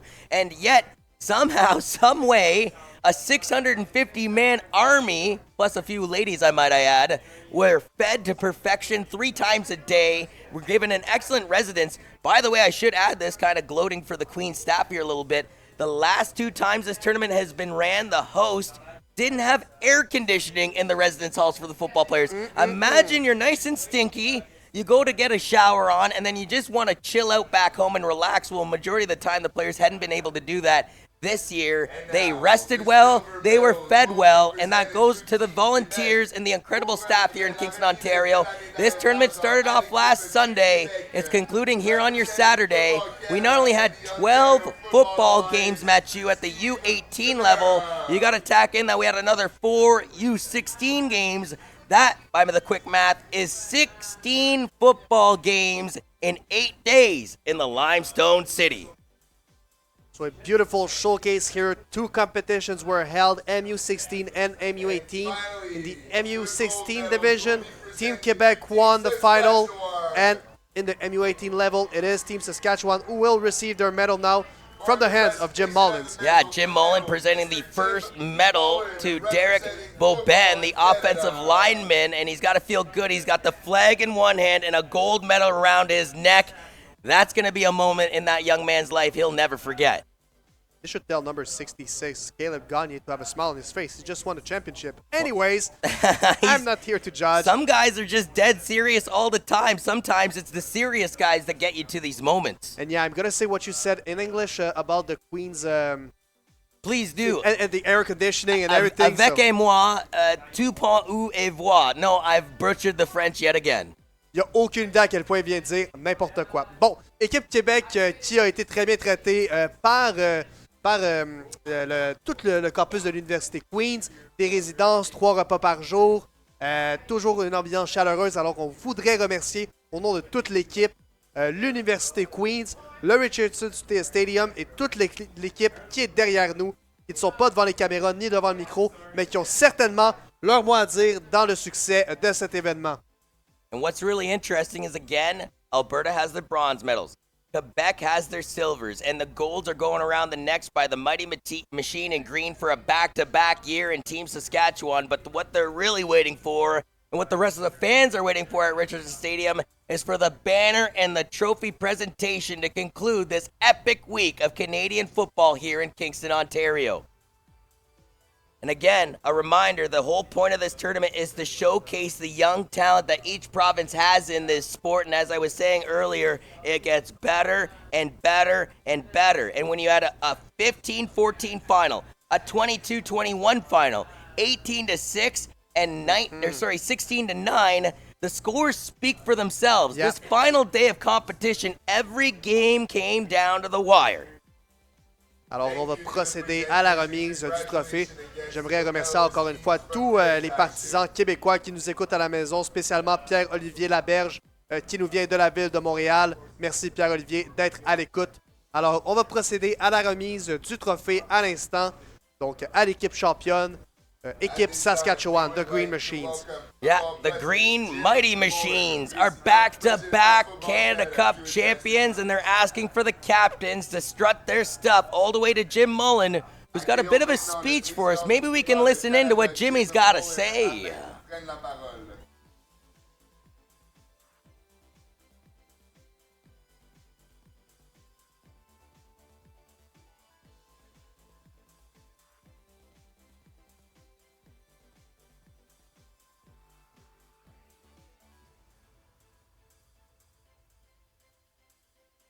Jimmy's talking, but the mic ain't on just, folks.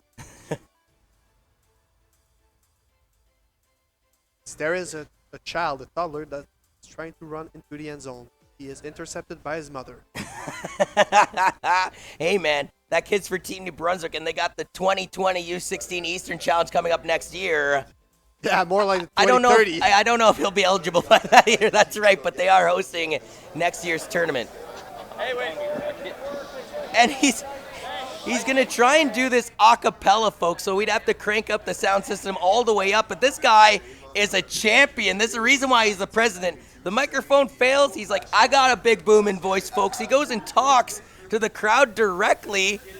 Give my man the shout-out he deserves here. That's What a play by Jim Mullins. Yeah, Jim. Improvise, adapt, overcome. That's right. Oh, there he goes. Finally, we're going to hear him.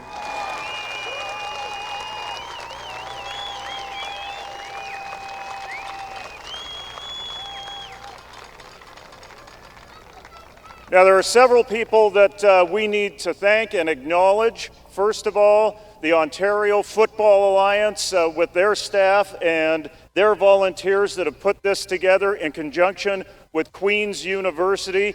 It's been a great run here over 8 days, and I think they've done a top-notch job. Put your hands together for them.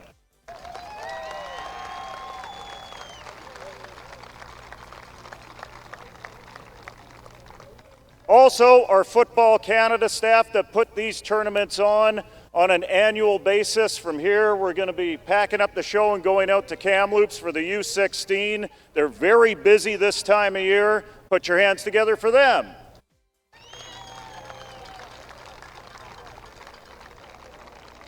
And also, I think this is very important. We need to acknowledge the youth sports coaches that were here through this week, offering opportunities to these players. No sport in Canada or North America does it better when it comes to taking education and pairing it with athletics than football. You need to tell your friends about that. So thank you, youth sports coaches, for being here. It's a tremendous opportunity for all these athletes.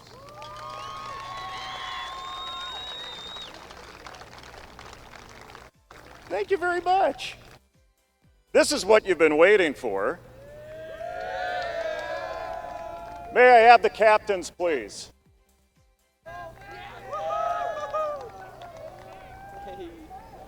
Good. I'm right around here. Folks, Get a handle on it. Saskatchewan, back-to-back Canada Cup champions! Let's go, baby! Let's go! Let's go! What a sight for Team Saskatchewan, back to back as they lift it above their heads. And what a line by Jim Mullins. Back-to-back champions, as you said it, twice in a row. Are they going to build a legacy? That's the question I have right now. Are they going to do like Team Quebec? Whoa, partner. I'll interrupt you right there. Are they building a legacy? No, they've built a legacy. Back-to-back championships, 3 straight finals appearances. And I know you're from Quebec, and I know they were looking for their 7th title since 2010, my friend, and they are the dominant factor for now. But Team Alberta's hungry, and it looks like Team Saskatchewan is going for the crown. And I'm not talking about the one in 2018 or 2019. They got those. I'm talking about the overall crown. Who's the best program in the history of Canada football here at the Football Canada Cup? It's been Quebec. There's no doubt about that, my friend. But Saskatchewan is coming for you. And I totally respect what you say, and I'm not mad against your answer. Even though I'm from Quebec, I cannot be mad because today the best team won. In that case, Saskatchewan, with their hermetic defense, Team Quebec couldn't do anything to put points on the board. And I said this after the quadruple overtime classic between Team Quebec and Team Alberta, who are the silver and bronze medals respectively out of this program. The greatest winners in this entire weekend of competition were the fans that got to see the best football here in the nation of Canada in the Under-16 Eastern Challenge, as well as here in the Under-18 Football Canada Cup. Merci beaucoup, mesdames et messieurs. Nous voulons remercier tous ceux qui nous ont écoutés à la maison. Encore une fois, de la part de toute notre équipe, merci profondément du fond du cœur. Sans vous, on ne serait pas là. One last time for the Sports Canada TV crew of Sebastian, Joe, Jill, Cade, Leanne, Brennan, and Choi. And then my good buddies that I've met this week in the city of Kingston.